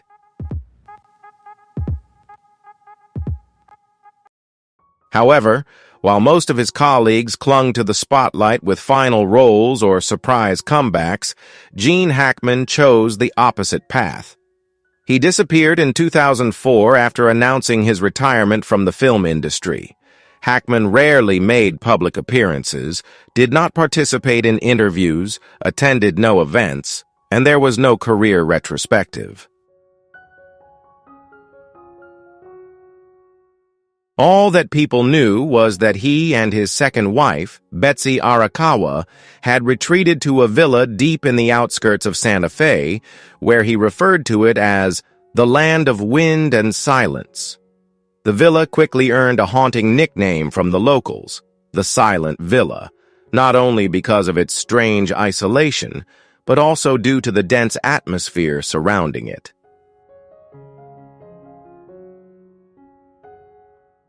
Delivery workers rarely saw the owner, occasionally receiving short messages asking them to leave packages at the gate. Even neighbors just a few hundred meters away seldom saw Gene Hackman step outside.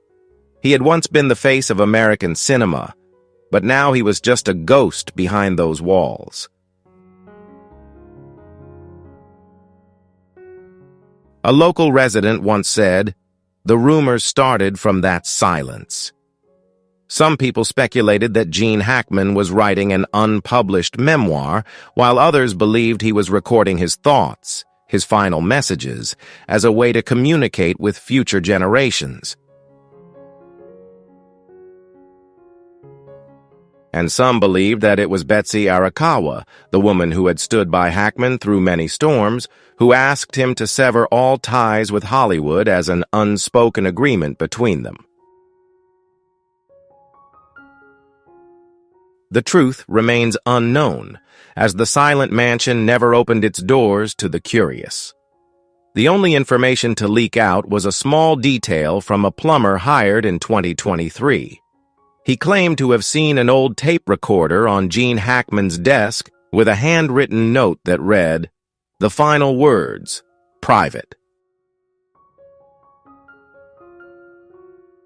No one knows what the recording contains, or whether it truly exists, or is just an exaggerated imagination. But what happened next only deepened the eerie mystery surrounding Gene Hackman. He canceled all routine health checkups, refused to respond to messages from old colleagues. A journalist who sent a letter inquiring about his well-being received only a blank sheet of paper with 3 words, "Leave me alone." If you found the story of Gene Hackman surprising and emotional, don't forget to like and share this video with your loved ones. To not miss out on more captivating stories and shocking revelations in the future, be sure to subscribe to the channel and turn on the notification bell now. Leave your thoughts in the comments below, share your reflections on the legacy Gene Hackman left behind and the untold secrets. Gene Hackman once said in his final interview in 2004, "I've played enough roles of regretful men. I don't want to become one of them." But now, in the sunlit villa of Santa Fe, he has become the shadow of the characters he once portrayed. Lonely, introspective, and carrying a secret that no one is allowed to touch.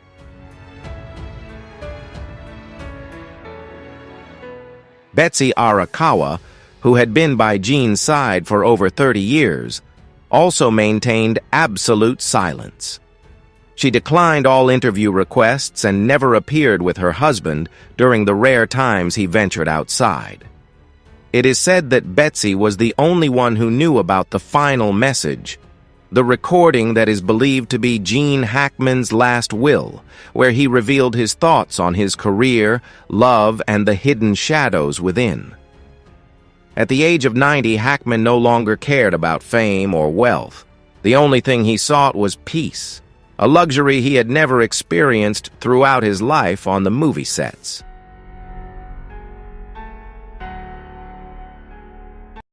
However, that silence was not entirely by choice.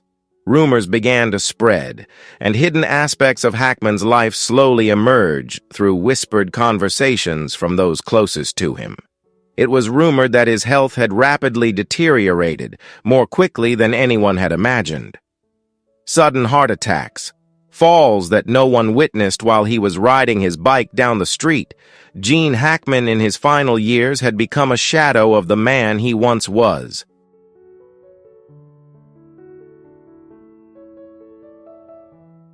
According to sources that have not been made public, Hackman's family was not as perfect as many might have imagined. Hackman had 3 children from his first marriage to Faye Maltese, a marriage that lasted 30 years before ending in a bitter divorce. His daughter, Elizabeth Hackman, publicly criticized her father's emotional neglect. Fame took away all the time he should have spent with the family. He was always working, always somewhere else. While Hackman financially supported his children, the relationship between him and them was never truly nurturing. Moments like family dinners, teaching them to ride bikes, or reading bedtime stories only existed in his children's imagination. This lack of attention built up over time, creating a gap that could never be healed.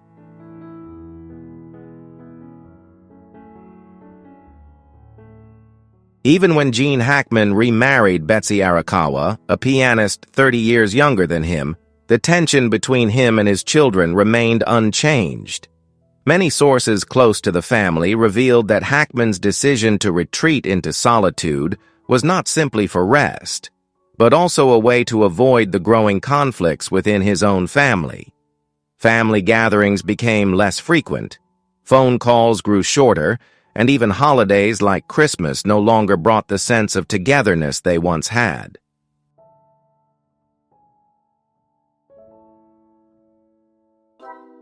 Hackman never openly admitted this, but those close to him sensed that he was haunted by the fear of seeing disappointment in his children's eyes. In an attempt to bridge the emotional gap, he sent money, property, and luxurious gifts from the West Coast to the cities where his children lived. However, like many of the roles he played, money couldn't buy what mattered most: genuine connection and forgiveness. The distance between them became unbridgeable when Hackman completely stepped away from Hollywood in 2004 after his final role in Welcome to Mooseport.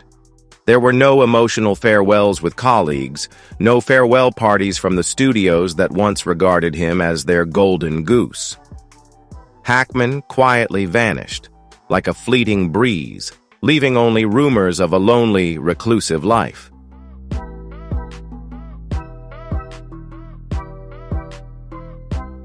Hackman's final years in Santa Fe seemed like a retreat from the world, a quiet space where he lived in isolation. He spent most of his time in his modest wooden house, immersed in books, writing, and sketching the landscapes around him. Those lucky enough to encounter him at the local grocery store or gas station described him as a thin figure with sharp eyes and a strong gaze, unmistakable. Hackman was often seen sitting alone on his porch, watching the sunset and drawing the distant mountains. These rare moments, far from the spotlight, were perhaps the only times he truly felt free. No cameras, no empty praise, no complicated family relationships, just him, the wind, and the quiet thoughts he kept to himself.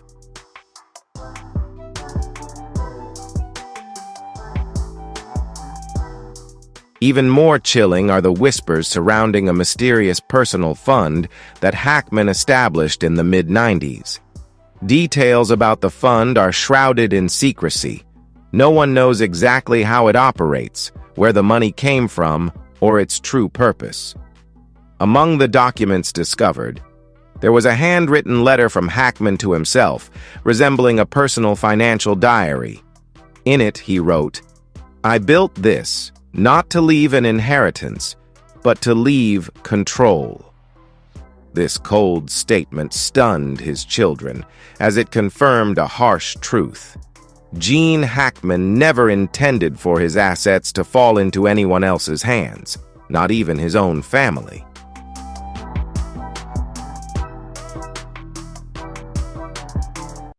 As rumors about Hackman's declining health spread, Hollywood media began searching for the final clues about his life and legacy. Some believe that Hackman quietly wrote a will years ago, dividing his assets into different accounts to prevent any disputes. Others speculate that he set up an anonymous charitable fund, funneling a large portion of his wealth into it as a silent act of atonement for the family he had distanced himself from. The more he withdrew from the spotlight, the more Hackman became the subject of wild conspiracy theories and fabricated stories. However, in his humble home in Santa Fe, he spent his final days in peace, leaving behind not only an outstanding career, but also unresolved mysteries that would linger long after his death.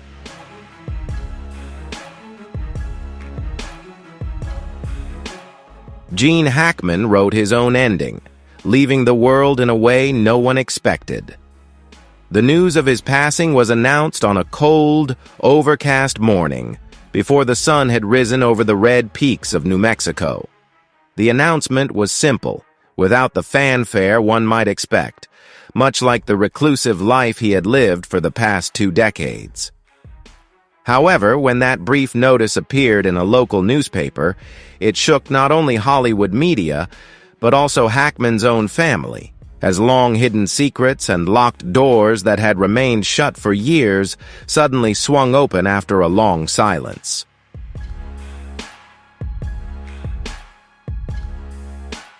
Initially, Hackman's family thought everything would be straightforward. They found a handwritten will, notarized in 2001, listing a few clear assets: the house in Santa Fe, a bank account in California, and a classic Hudson Hornet that Hackman had kept since his youth.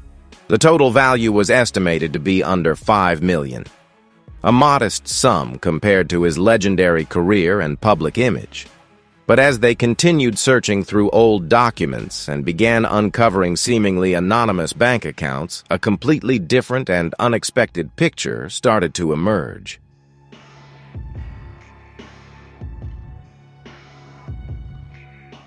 It turns out, Gene Hackman's influence wasn't limited to the world of Hollywood. In the 1990s, when his career was at its peak, Hackman quietly built a complex financial empire, including real estate holdings, stocks, anonymous investment funds, and overseas transfers. Hackman wasn't just a famous actor. He was also a sharp financial strategist, skillfully hiding his wealth within a complex financial network.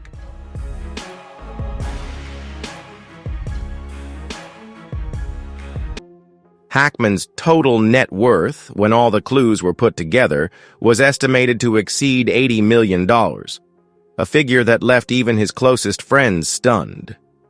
But what truly shocked his family wasn't the scale of his fortune, but the way Hackman had meticulously hidden everything over the years in such a complex and elusive manner. No one knew exactly how, with whom, or why he chose to maintain such secrecy. In some secretive transactions, Hackman even used aliases through trust accounts set up in places like Switzerland, the Cayman Islands, and Singapore.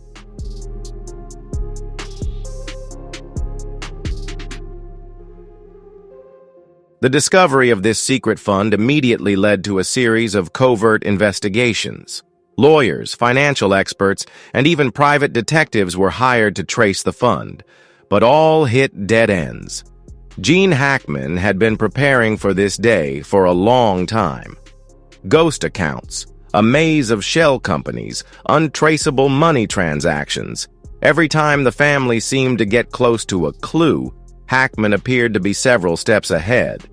When the family's lawyer officially disclosed Hackman's assets, the listed properties were just the surface: the house in Santa Fe, the vintage car, and a few bank accounts. The rest, the real assets, remained hidden in the shadows of financial secrecy, known only to Hackman. And now, with his passing, that secret has become an unsolvable puzzle for those closest to him.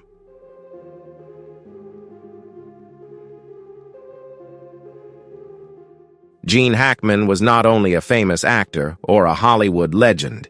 He was also a man living in deep solitude, torn between the desire to protect his family from the chaos of fame and the fear of losing himself in the role of a father.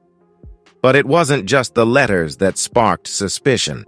The deeper the Hackman family dug into old files and forgotten drawers, the more disturbing pieces they uncovered. Mysterious financial agreements, untraceable money transfers, and perhaps most concerning of all, a list of beneficiaries that did not include any of his family members. It seemed that Hackman had created an entirely separate will, a plan that did not involve any of his children.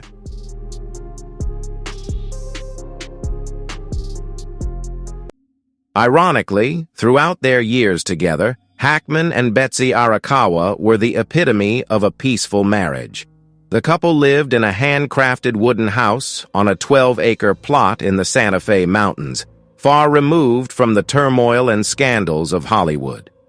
Their longtime friends, Daniel and Barbara Lenahan, fondly recall the quiet afternoons when Hackman painted. Betsy silently brewed tea, and the two shared content smiles amidst nature, believing they had achieved their ideal life. However, beneath that tranquil exterior, Hackman's need for control never wavered. Betsy once confided to a close friend, "Gene is the perfect husband, as long as I don't touch what he calls his personal legacy." And that legacy was not just his film career, it was also his absolute control over his own story. No one, not even Betsy or their children, was allowed to rewrite the history of Gene Hackman.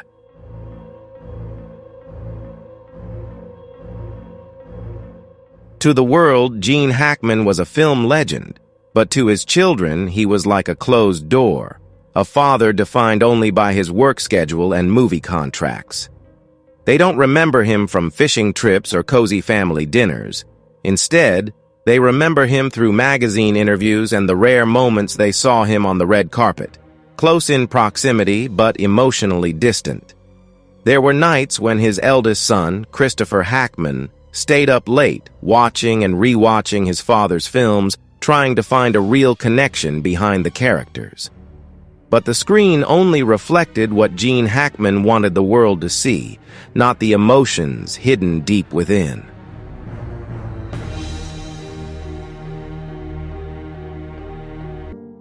In 2017, when Gene's health began to decline, Leslie noticed a noticeable shift in the balance of power. Betsy had become the only one speaking for Gene, making decisions on his behalf, even refusing interviews or acting opportunities without consulting him first. Leslie recalled one summer evening in 2019 when she visited unannounced. Betsy took quite a while to open the door, and her hesitation made Leslie feel uneasy. When Leslie insisted, Betsy reluctantly let her in. Gene was sitting in the living room, but his eyes were cloudy and distant, his smile strained, and every sentence he spoke began with an invisible subservience. "Betsy thinks that... Betsy told me. Betsy said I should do this."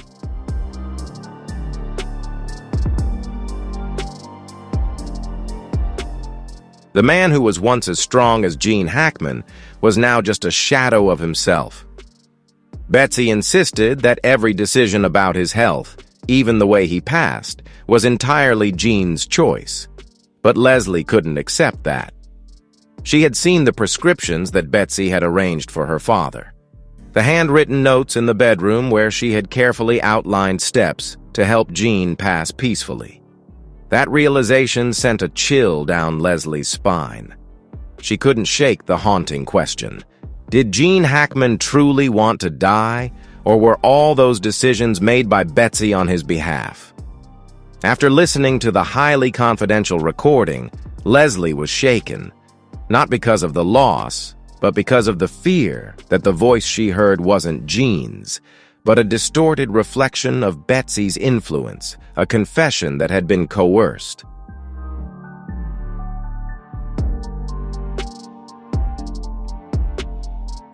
Leslie didn't hate Betsy. She couldn't hate the woman who had stood by her father for 30 years. But no amount of gratitude could dispel the growing suspicion that Gene Hackman, once a symbol of strength, might have lived his final years as a pawn, pulled by the strings of a love that had controlled him. And when the door to the Santa Fe mansion closed for the last time, Leslie understood the truth.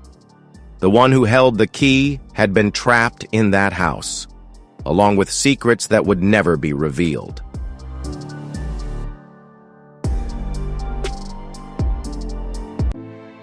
Some houses never deteriorate, even after the people who once lived in them are gone. The Santa Fe mansion is one of those places. It wasn't just Gene Hackman's final home. It became something more. A living, breathing entity in the wind that blows through windows, never fully closed. The people of Santa Fe call it the Whispering House. Stories circulate among the neighbors, the old maintenance workers, and those who have seen Gene Hackman standing by the window, silently gazing out at the Sangre de Cristo Mountains. The whispers never cease. It is believed that the presence of Gene and Betsy still haunts the place, not in the form of a visible ghost, but as a trapped memory, endlessly repeating like an old film. Footsteps echo at midnight on the wooden floors. Doors gently open and close, even though the mansion has been locked tight for years.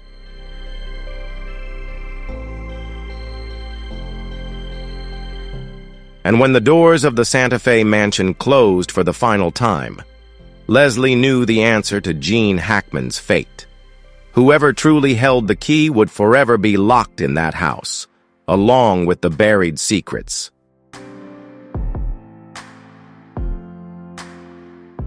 Some houses never truly fall into ruin, even when their inhabitants have long since gone. The Santa Fe mansion is one such house. It was not just Gene Hackman's final retirement home.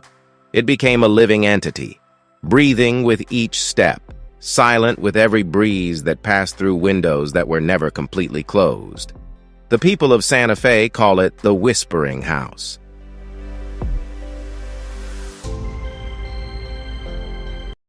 Stories circulate among neighbors, former maintenance staff, and even those who briefly spotted Gene Hackman standing by the window, gazing into the distance at the Chisto Mountains. The whispers never stop. People believe the essence of Gene and Betsy never truly left the house, not as physical ghosts, but as a stream of memories eternally trapped, replaying like a faded, worn-out film.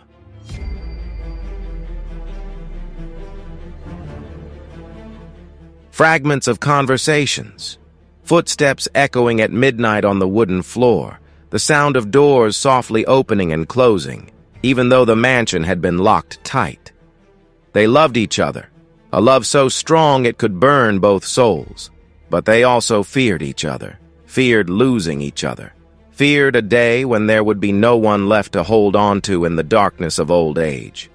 That fear turned the house into a living tomb, burying every smile, every unfinished dream.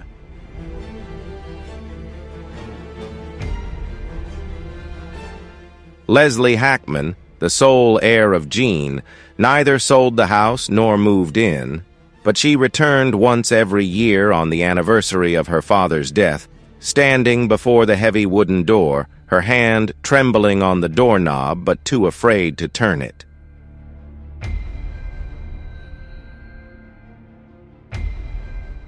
"I hear him," Leslie once said in a rare interview. "Not in a clear voice, just a feeling, a presence, a sadness hanging in the air. There are things he never said, questions he never asked, and now they're all trapped in that house."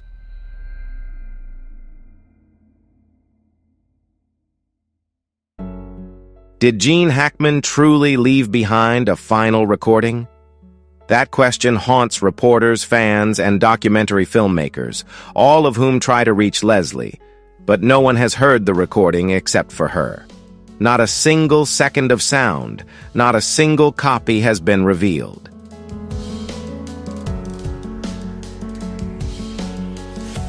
Some believe the tape holds dark truths about love, control, and secret agreements between Gene and Betsy in their final days. Others think the recording isn't Gene's farewell to the world, but rather his farewell to himself, a message written and read by him, closing the chapter on his life. Leslie hasn't confirmed anything. She only says, "Some secrets are better left buried with the dead."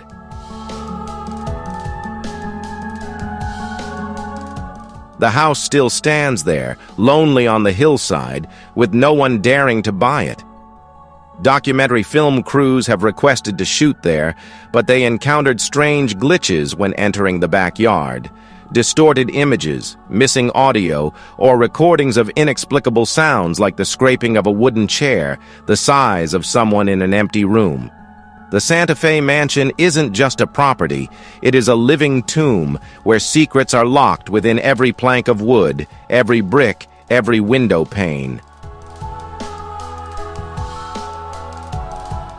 Anyone who steps inside feels the invisible eyes watching, the questions hanging in the air.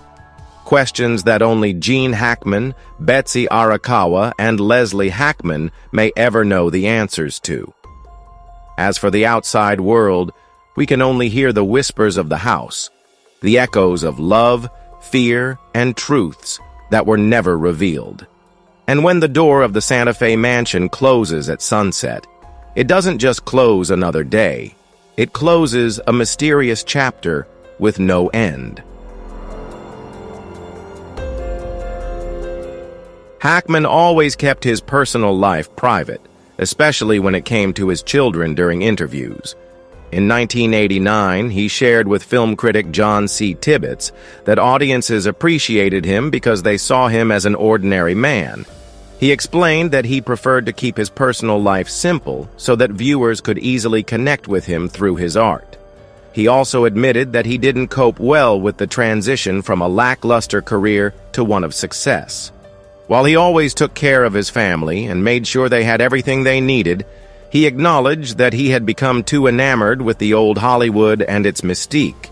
Even though he didn't indulge in what Hollywood had to offer, he still found himself fascinated by being a part of it and the ability to be anyone and do anything he wanted.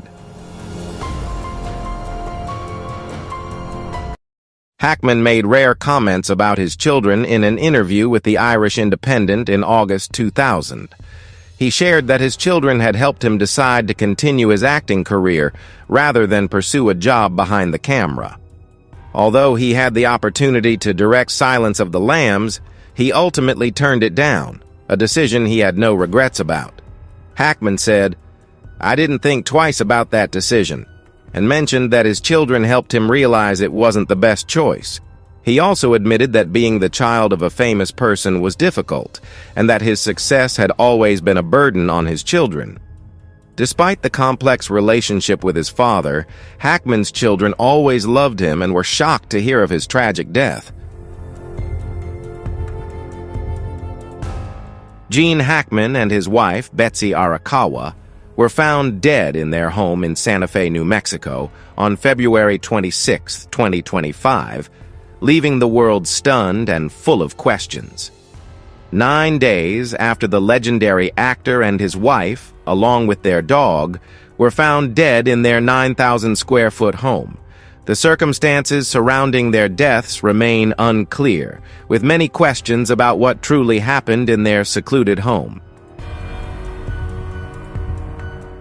The sudden and mysterious death of Gene Hackman sent shockwaves through the entertainment industry. As one of the greatest actors of his era, Hackman was renowned for his iconic roles in films such as Unforgiven and The French Connection. Colleagues and directors expressed deep sorrow, with Clint Eastwood describing him as a close friend he would deeply miss, while Francis Ford Coppola called Hackman a true legend of cinema. Betsy Arakawa, though not prominent in Hollywood, was highly respected, especially by those who knew her. She was the devoted partner of Gene Hackman for many decades, and their relationship stood as a rare example of enduring love in the entertainment industry. After their deaths, fans and conspiracy theorists flooded social media platforms, with many speculating that there were still untold details in the story. The lack of timely medical intervention and the unusual circumstances led many to propose theories. While authorities have stated there are no signs of foul play, they continue to investigate, with toxicology results and forensic analysis still pending. As the world mourns the loss of a cinematic legend and his beloved wife, the mystery surrounding their final days remains unsolved. Whether it is a tragic coincidence or something more complex, their story will be remembered as one of the most tragic and dramatic endings in Hollywood. Investigators are still struggling to determine the cause of death, but what the FBI is preparing to uncover is sure to surprise many.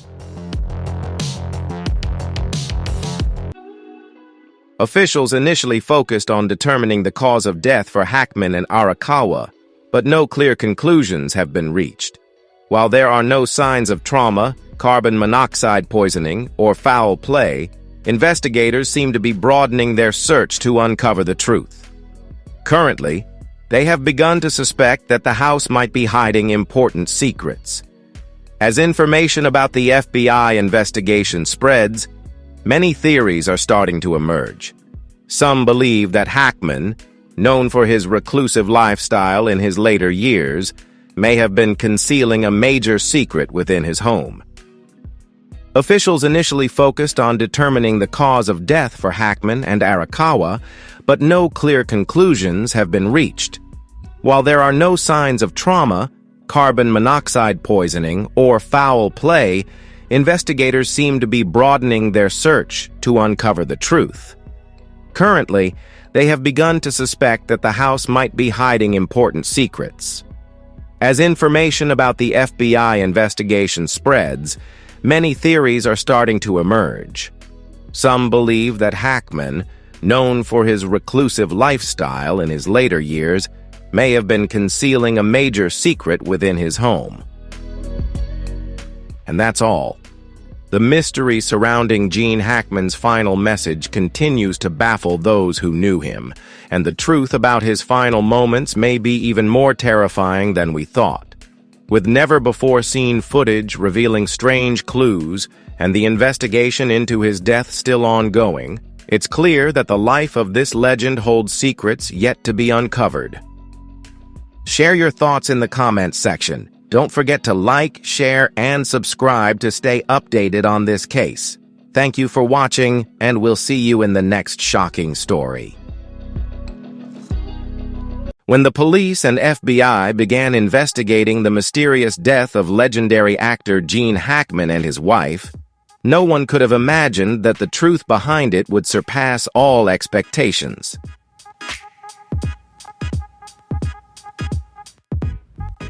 Recently, investigators decided to tear up the old flooring in Hackman's mansion, and what they discovered underneath left the entire team breathless.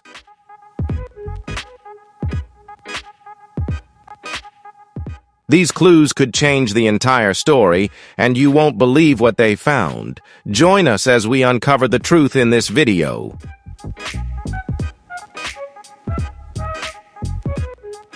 Gene Hackman's house in Santa Fe. Hackman's first encounter with Santa Fe happened during film projects in the area, and it left him with a sense of magic about the place. This fascination led him and his wife, Betsy Arakawa, to seek a permanent home there. They purchased a property that required extensive renovations at the time and collaborated with the local firm Studio Architecture. Hackman transformed the house into a space that reflected his unique vision, blending Southwestern architectural elements with personal touches.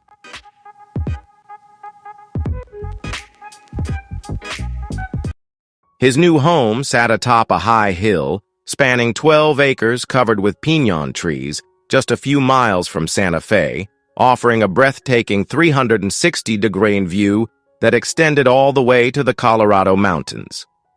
He was drawn to Santa Fe after working on several films in the area and felt a certain magic in the place.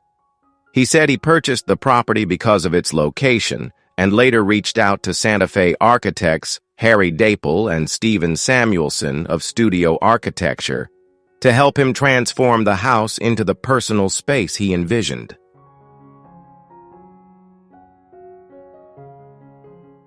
Transforming the house. The house was in terrible shape at the time, Samuelson said. It was a concrete building from the 1950s that had been abandoned and deteriorated, but it was a great location, and the foundation was well placed on the land. Hackman and Betsy Arakawa, who shared the home, didn't want to recreate the traditional Pueblo architecture. Instead, they prioritized spaciousness, natural light, and an open floor plan with French windows, features not easily achieved in traditional adobe design. As a result, the house became a blend of styles, part Pueblo, part colonial New Mexico, and part Spanish Baroque.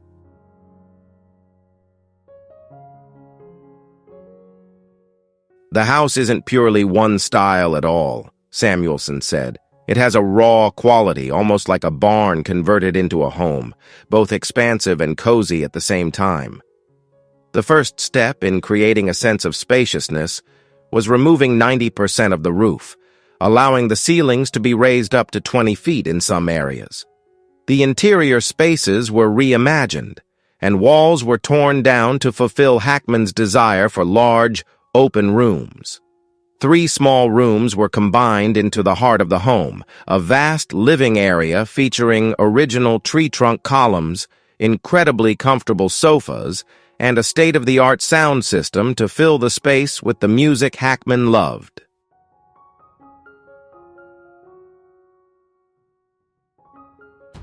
I wanted a large room with the feel of a great hall, with other rooms opening off of it, without being separated by too many walls, Hackman shared. It's completely different from my other homes. My Montecito house is much more formal. Hackman brought a sense of what he called a cinematic illusion to his living space, describing how the interiors were designed. He wanted the home to have the refinement of a place that had evolved over decades, gradually acquiring layers and character over time. The house is new, but we tried to make it feel like it's been here for 100 years or more, he explained.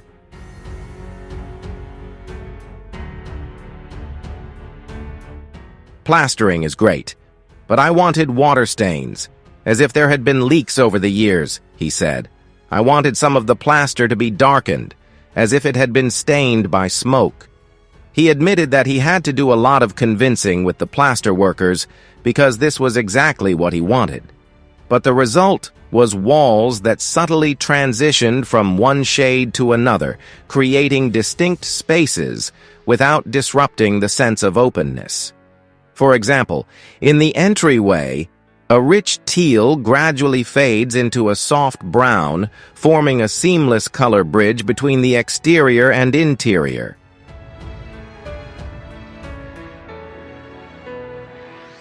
In that same spirit, the new ceiling beams were repurposed, beaten with chains, and repeatedly painted and stripped to create layers of aged patina.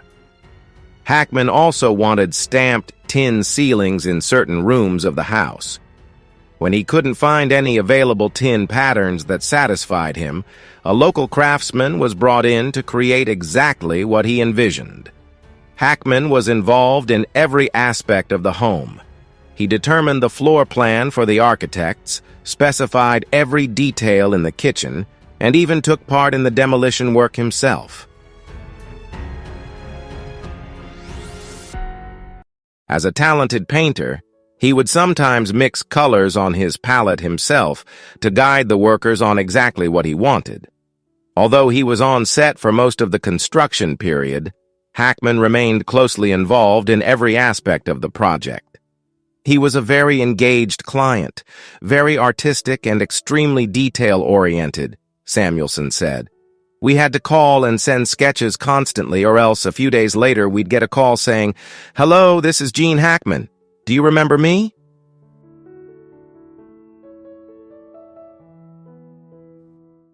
In addition, Betsy Arakawa was frequently present at the construction site, consulting with Hackman over the phone and sending pictures of the ongoing work.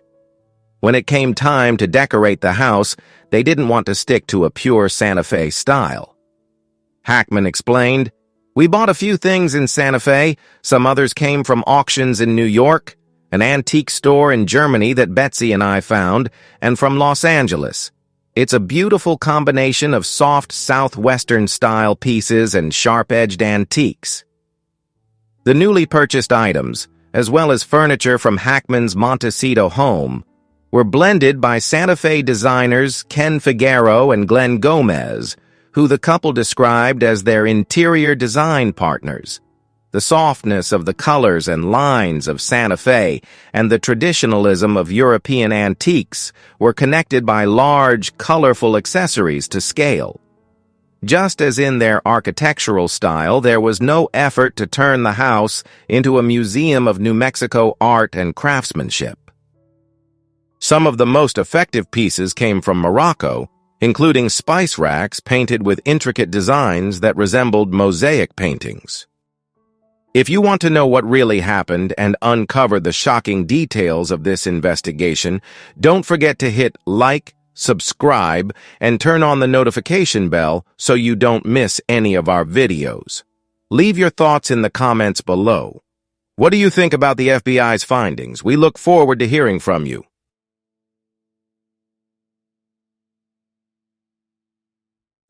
The house was designed as a retreat for short periods, possibly 2 months scattered throughout the year when Hackman was not on film sets.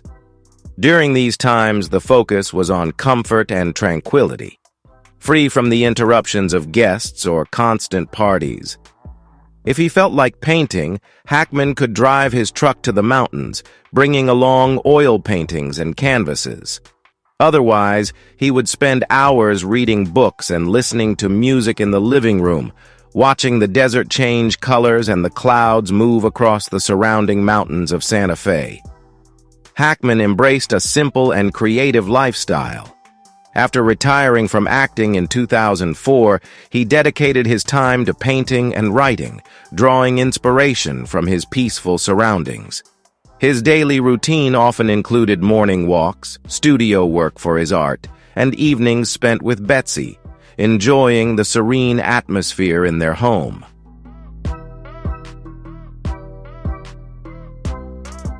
This house served as a sanctuary for Hackman, shielding him from the public eye and allowing him to pursue personal passions without distraction. Despite his reclusive lifestyle, Hackman still maintained connections with the local community. He was occasionally seen at local events and supported regional arts initiatives, reflecting his appreciation for the vibrant culture of Santa Fe.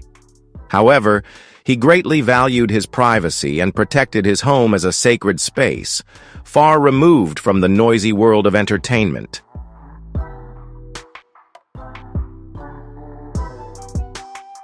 Gene Hackman's married life. Gene Hackman, one of Hollywood's most famous actors, lived a personal life filled with love, challenges, and eventual redemption. He was married twice, first to Faye Maltese and later to Betsy Arakawa. His journey through marriage reflects the sacrifices and challenges that come with a dedication to the acting profession. While his first marriage ended in heartbreak, his second marriage brought him peace and stability.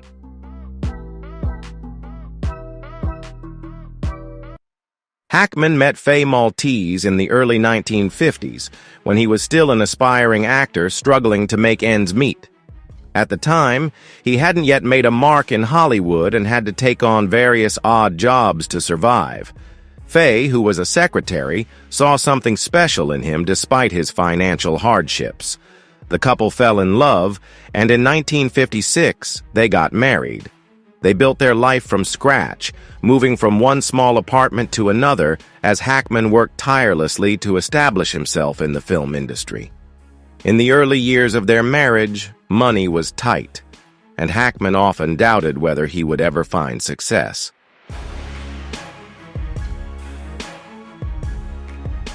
Faye stood by him, providing emotional and financial support as he attended auditions and took on small roles to make ends meet. Shortly after his divorce, Hackman found new love with Betsy Arakawa, a classical pianist.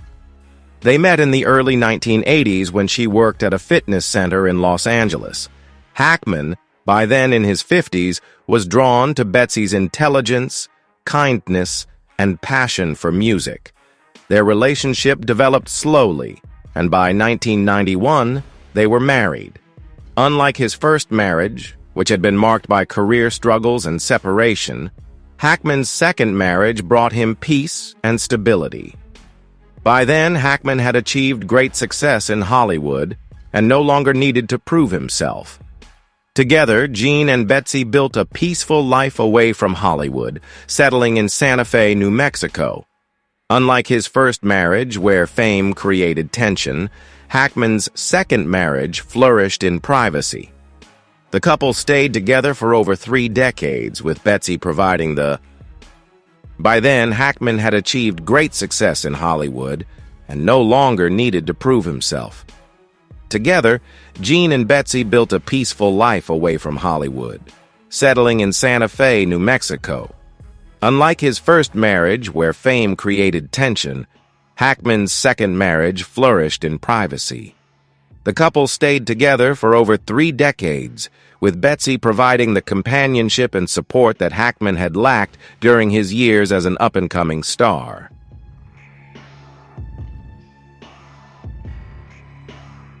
By the 1970s, Gene Hackman had become a Hollywood star, winning an Oscar for his role in The French Connection. However, success came at a cost.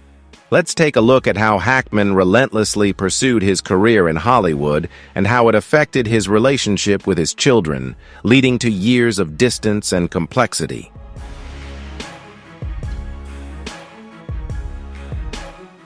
Hackman's complex relationship with his children over the years. Hackman always kept his personal life, including his children, private in interviews. In 1989, he told film critic John C. Tibbets that the audience was drawn to him because they could relate to him as an ordinary man, explaining, "I like to keep my personal life as normal as possible so that in art, people can let go and reach out." Hackman reflected on his early career days when he appeared on Larry King Live. When the host, Larry King, asked him how he coped with the transition from a lackluster career to one of fame, Hackman replied, "Actually, I didn't cope very well. I took care of my family. My family never lacked for anything, but I was so fascinated by old Hollywood, the mystique of it. Even though I never participated in it, I was really enamored with being a part of it and that I could be anyone and do anything I wanted."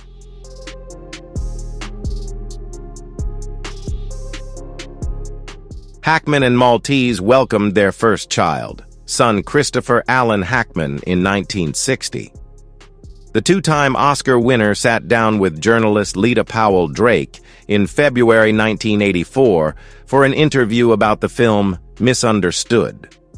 When Drake asked Hackman if there would ever come a day when he stopped hugging his son, who was in his 20s at the time, and instead shook his hand, he responded, "No, we still hug each other to this day, and I thank God for that."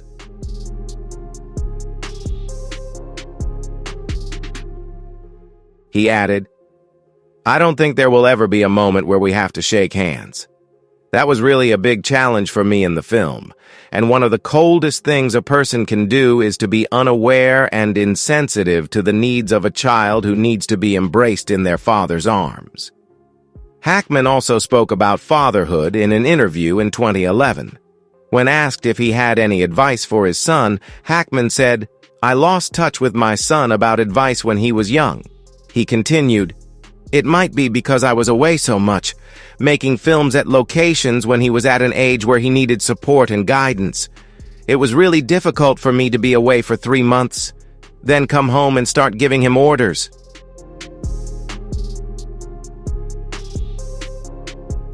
Reflecting on his journey to becoming a writer, Hackman shared about his son's early career aspirations in an interview with Empire magazine in January 2020. "My son once thought he wanted to be an actor, and while he was in New York, I wrote a few small monologues for him. He said, 'I think that's where I started. I really liked it. Ideas kept popping into my head, and I wrote them down.'"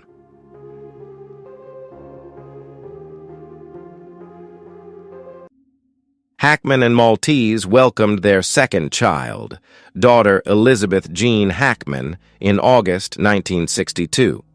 Not much is known about Elizabeth, as Hackman rarely spoke about his family in interviews.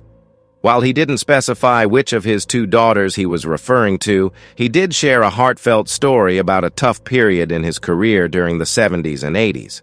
"I had to borrow my daughter's car to go to auditions in Hollywood," he told Cigar Aficionado magazine in 2000. "I was barely scraping by, taking almost anything that was offered and trying to make it work."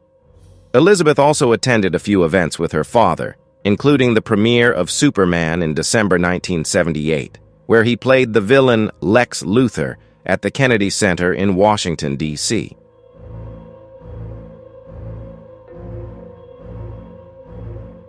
As for playing Lex Luthor in Superman, he said, "It was great. I have to say, like a license to steal." Many years later, in October 1996, she was photographed at the premiere of Hackman's film The Chamber in Beverly Hills Khalifa, along with her sister and stepmother Arakawa.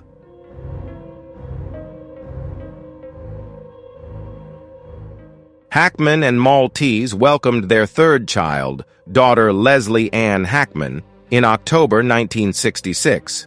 Like her siblings, there is little information about Hackman's youngest daughter. In 1984, journalist Bobby Wan interviewed Hackman about the film Misunderstood and asked if the film made him feel more emotional as a father or as a son, with a tense relationship with his own father. Hackman replied, "They almost only had me with my children in working on it, in dealing with the misunderstandings between father and child."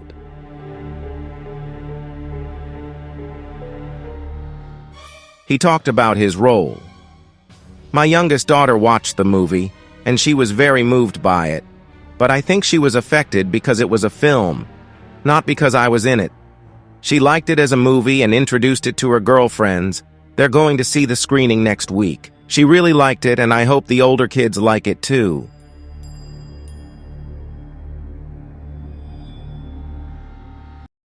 Hackman made rare comments about his children in an interview with the Irish Independent in August 2000, noting that they helped him decide to continue acting rather than pursue a career behind the camera.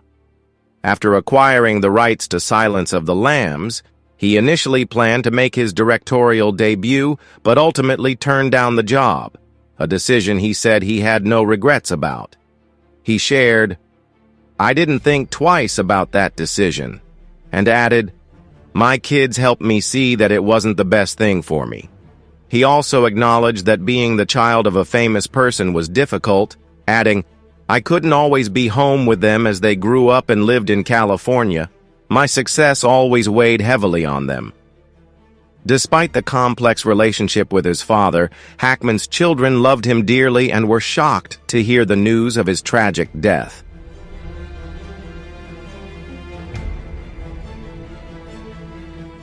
The mysterious death of Gene Hackman. Gene Hackman and his wife Betsy Arakawa were found dead in their home in Santa Fe, New Mexico, on February 26, 2025, shocking the world and leaving everyone searching for answers. 9 days after the Hollywood legend Gene Hackman, his wife Betsy Arakawa, and one of their dogs were discovered dead in their 9,000-square-foot home in Santa Fe. The circumstances surrounding their deaths remain mysterious, with many questions arising about what really happened inside their secluded home.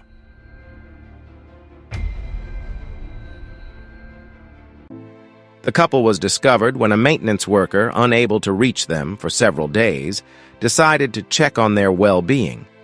Looking through a window, he saw Gene Hackman lying motionless in the living room and immediately called security, who then contacted emergency services. Upon entering the house, authorities found Hackman and Arakawa deceased, along with one of their 3 dogs. The other 2 dogs were still alive, adding another layer of mystery to the discovery, which left everyone deeply concerned. When officials arrived, the bodies had already begun to decompose, indicating that they had been dead for several days. Investigators estimated that their deaths occurred around February 17, 2025, 9 days before they were found.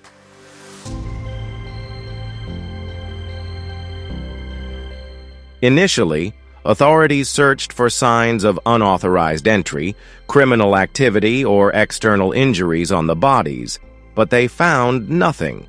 The house showed no signs of a struggle, and no valuables were missing.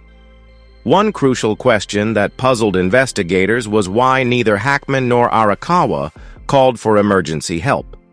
An autopsy revealed that Hackman's heart had stopped on February 17th, as indicated by data from his pacemaker. However, the cause of Arakawa's death remained unclear, as there were no immediate signs of injury or poisoning.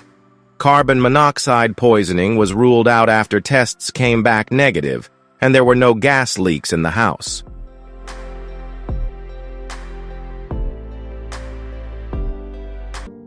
As details began to emerge, experts and the public started speculating about what might have happened.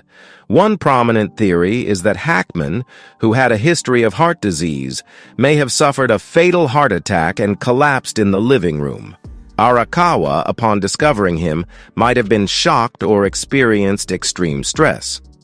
Some experts suggest that she could have suffered from broken heart syndrome, Takotsubo cardiomyopathy, a condition triggered by intense grief or trauma, which can cause severe heart irregularities leading to sudden death. If Arakawa found Hackman already deceased, the shock could have caused her to experience acute heart failure, leaving her unable to call for help.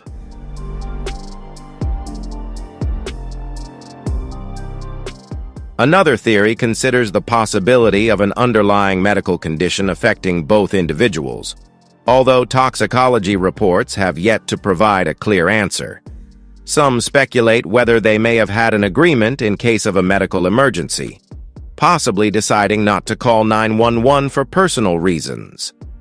The case became even more complicated due to the condition of their bodies. The dry, hot environment in their home led to a natural mummification process, making it difficult for forensic pathologists to determine the exact time and cause of death.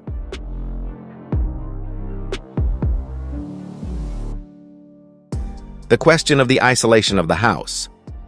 Additionally, questions have arisen about why their house was so isolated, despite having security and staff, yet no one checked on them sooner, leading to speculation about their increasingly secluded lifestyle in recent years.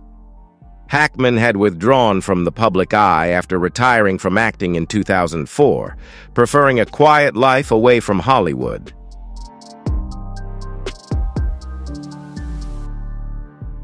The impact of Hackman and Arakawa's death. The sudden and mysterious nature of their deaths has sent shockwaves through the entertainment industry. Gene Hackman is regarded as one of the greatest actors of his time, renowned for his powerful performances in films like Unforgiven and The French Connection. Tributes from colleagues and directors have poured in, with Clint Eastwood calling him a close friend he will deeply miss, and Francis Ford Coppola remembering him as a true legend of cinema.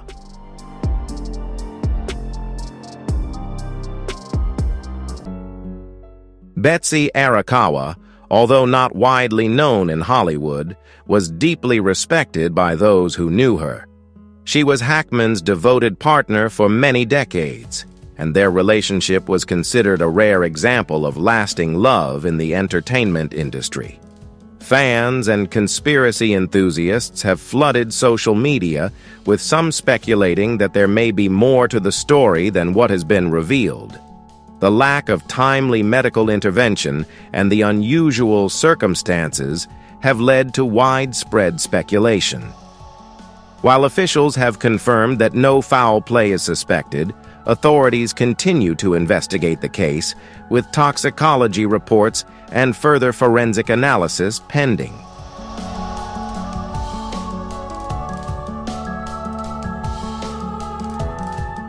Unanswered questions.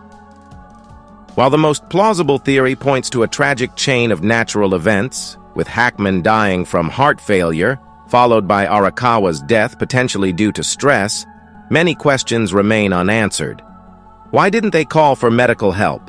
Could there have been an undetected environmental factor in the house?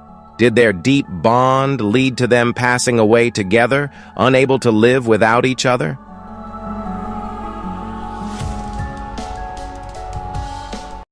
The FBI continues to investigate. As the world mourns the loss of a legendary actor and his beloved wife, the mystery surrounding their final days continues. Whether it's a heartbreaking coincidence or something more complex, their story will be remembered as one of the most intriguing and tragic endings in Hollywood. Investigators are still struggling to determine the exact cause of death, but what the FBI has planned will surely surprise you.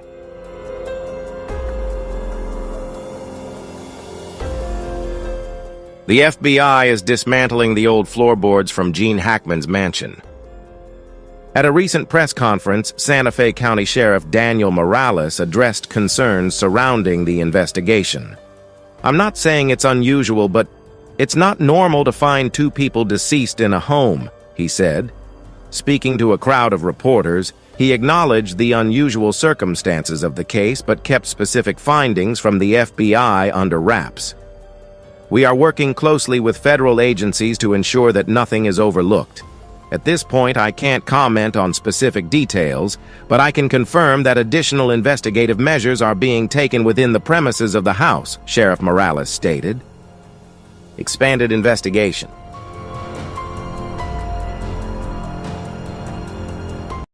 Officials initially focused on the cause of death for Hackman and Arakawa, but the answers remain unclear. However, with no signs of external trauma, no carbon monoxide poisoning, and no evidence of criminal activity, investigators appear to be broadening their search for answers. Now, they believe the house itself may hold hidden secrets. As news of the FBI's actions spreads, speculation has begun to grow.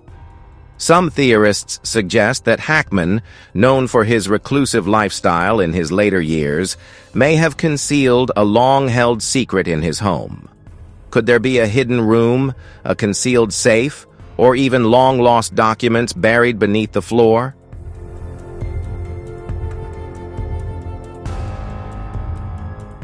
Other theories about Hackman's past. Others wonder if this investigation might be connected to something from Hackman's past, considering his illustrious career and relationships in Hollywood. Could there be something deeper behind this story? Some online forums even speculate about the possibility of secret documents, concealed assets, or evidence related to an old crime. Although officials have declined to confirm any specific suspicions, forensic experts believe that the FBI's search methods indicate they are looking for more than just clues related to the deaths of the couple.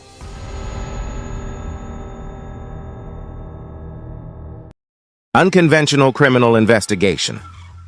Tearing up the floorboards is not a standard procedure in most death investigations unless there is reason to believe something important is hidden beneath.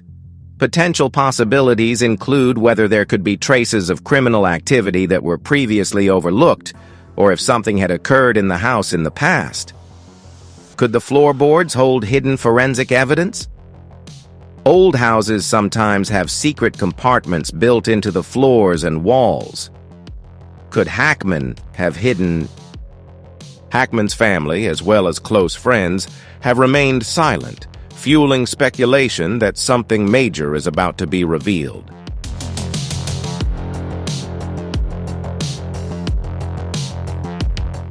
Furthermore, the presence of the FBI instead of just local authorities suggests that federal investigators are particularly interested in this case. This raises questions about what they might suspect. Currently, Hackman's estate remains sealed off as forensic teams continue their search. FBI officials have declined to give a timeline for their investigation, leaving many wondering if there are more shocking discoveries waiting to be uncovered. Could Hackman's home hold a secret that could change the entire course of this case? And more importantly, what will the FBI find beneath the floorboards of his legendary estate? Gene Hackman's health battle.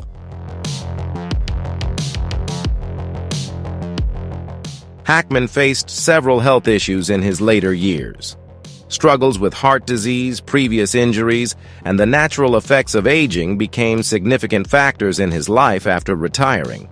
One of the most well-documented health battles Hackman faced was with heart disease. In 1990, when he was 60 years old, Hackman suffered a severe heart attack, which forced him to reassess his lifestyle. This was a wake-up call that led him to adopt healthier habits and reduce his workload in Hollywood.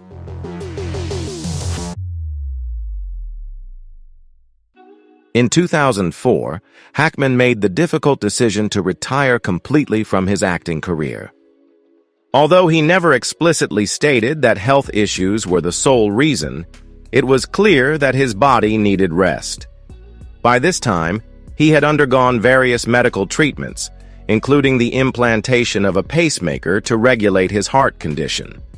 As Hackman entered his 70s and 80s, he experienced the physical effects of aging. Reports indicated that he struggled with movement, often requiring assistance for daily tasks.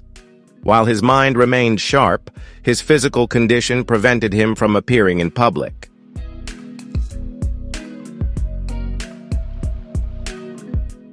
Fans rarely saw him appear in the media in his later years, as he preferred a quiet, secluded life in Santa Fe, New Mexico. Occasionally, paparazzi managed to capture images of him, showing an older man who had clearly slowed down but still maintained his activities in his own way, such as cycling, gardening, and enjoying time with his wife, Betsy Arakawa. In 2012, Hackman survived a serious bicycle accident in Florida when a truck struck him while he was cycling at the age of 82. Such an accident could have been life-threatening, but Hackman made a miraculous recovery. This event reminded the world of his resilience, though it also raised concerns about his vulnerability. Despite battling many health issues, Hackman lived into his 90s.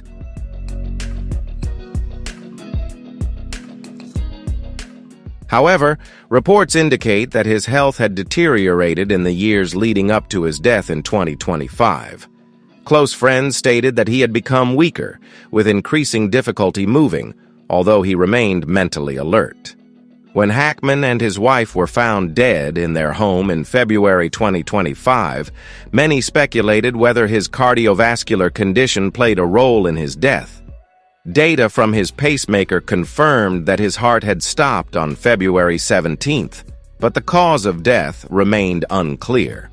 Some experts theorized that his wife, in a state of shock after discovering him unresponsive, may have died from heart failure due to the stress. Gene Hackman was a fighter, both on screen and in life.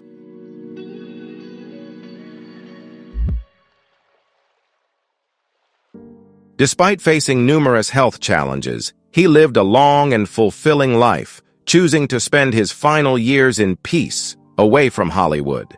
His legacy as an actor remains intact, but his resilience in dealing with health challenges is also highly admirable.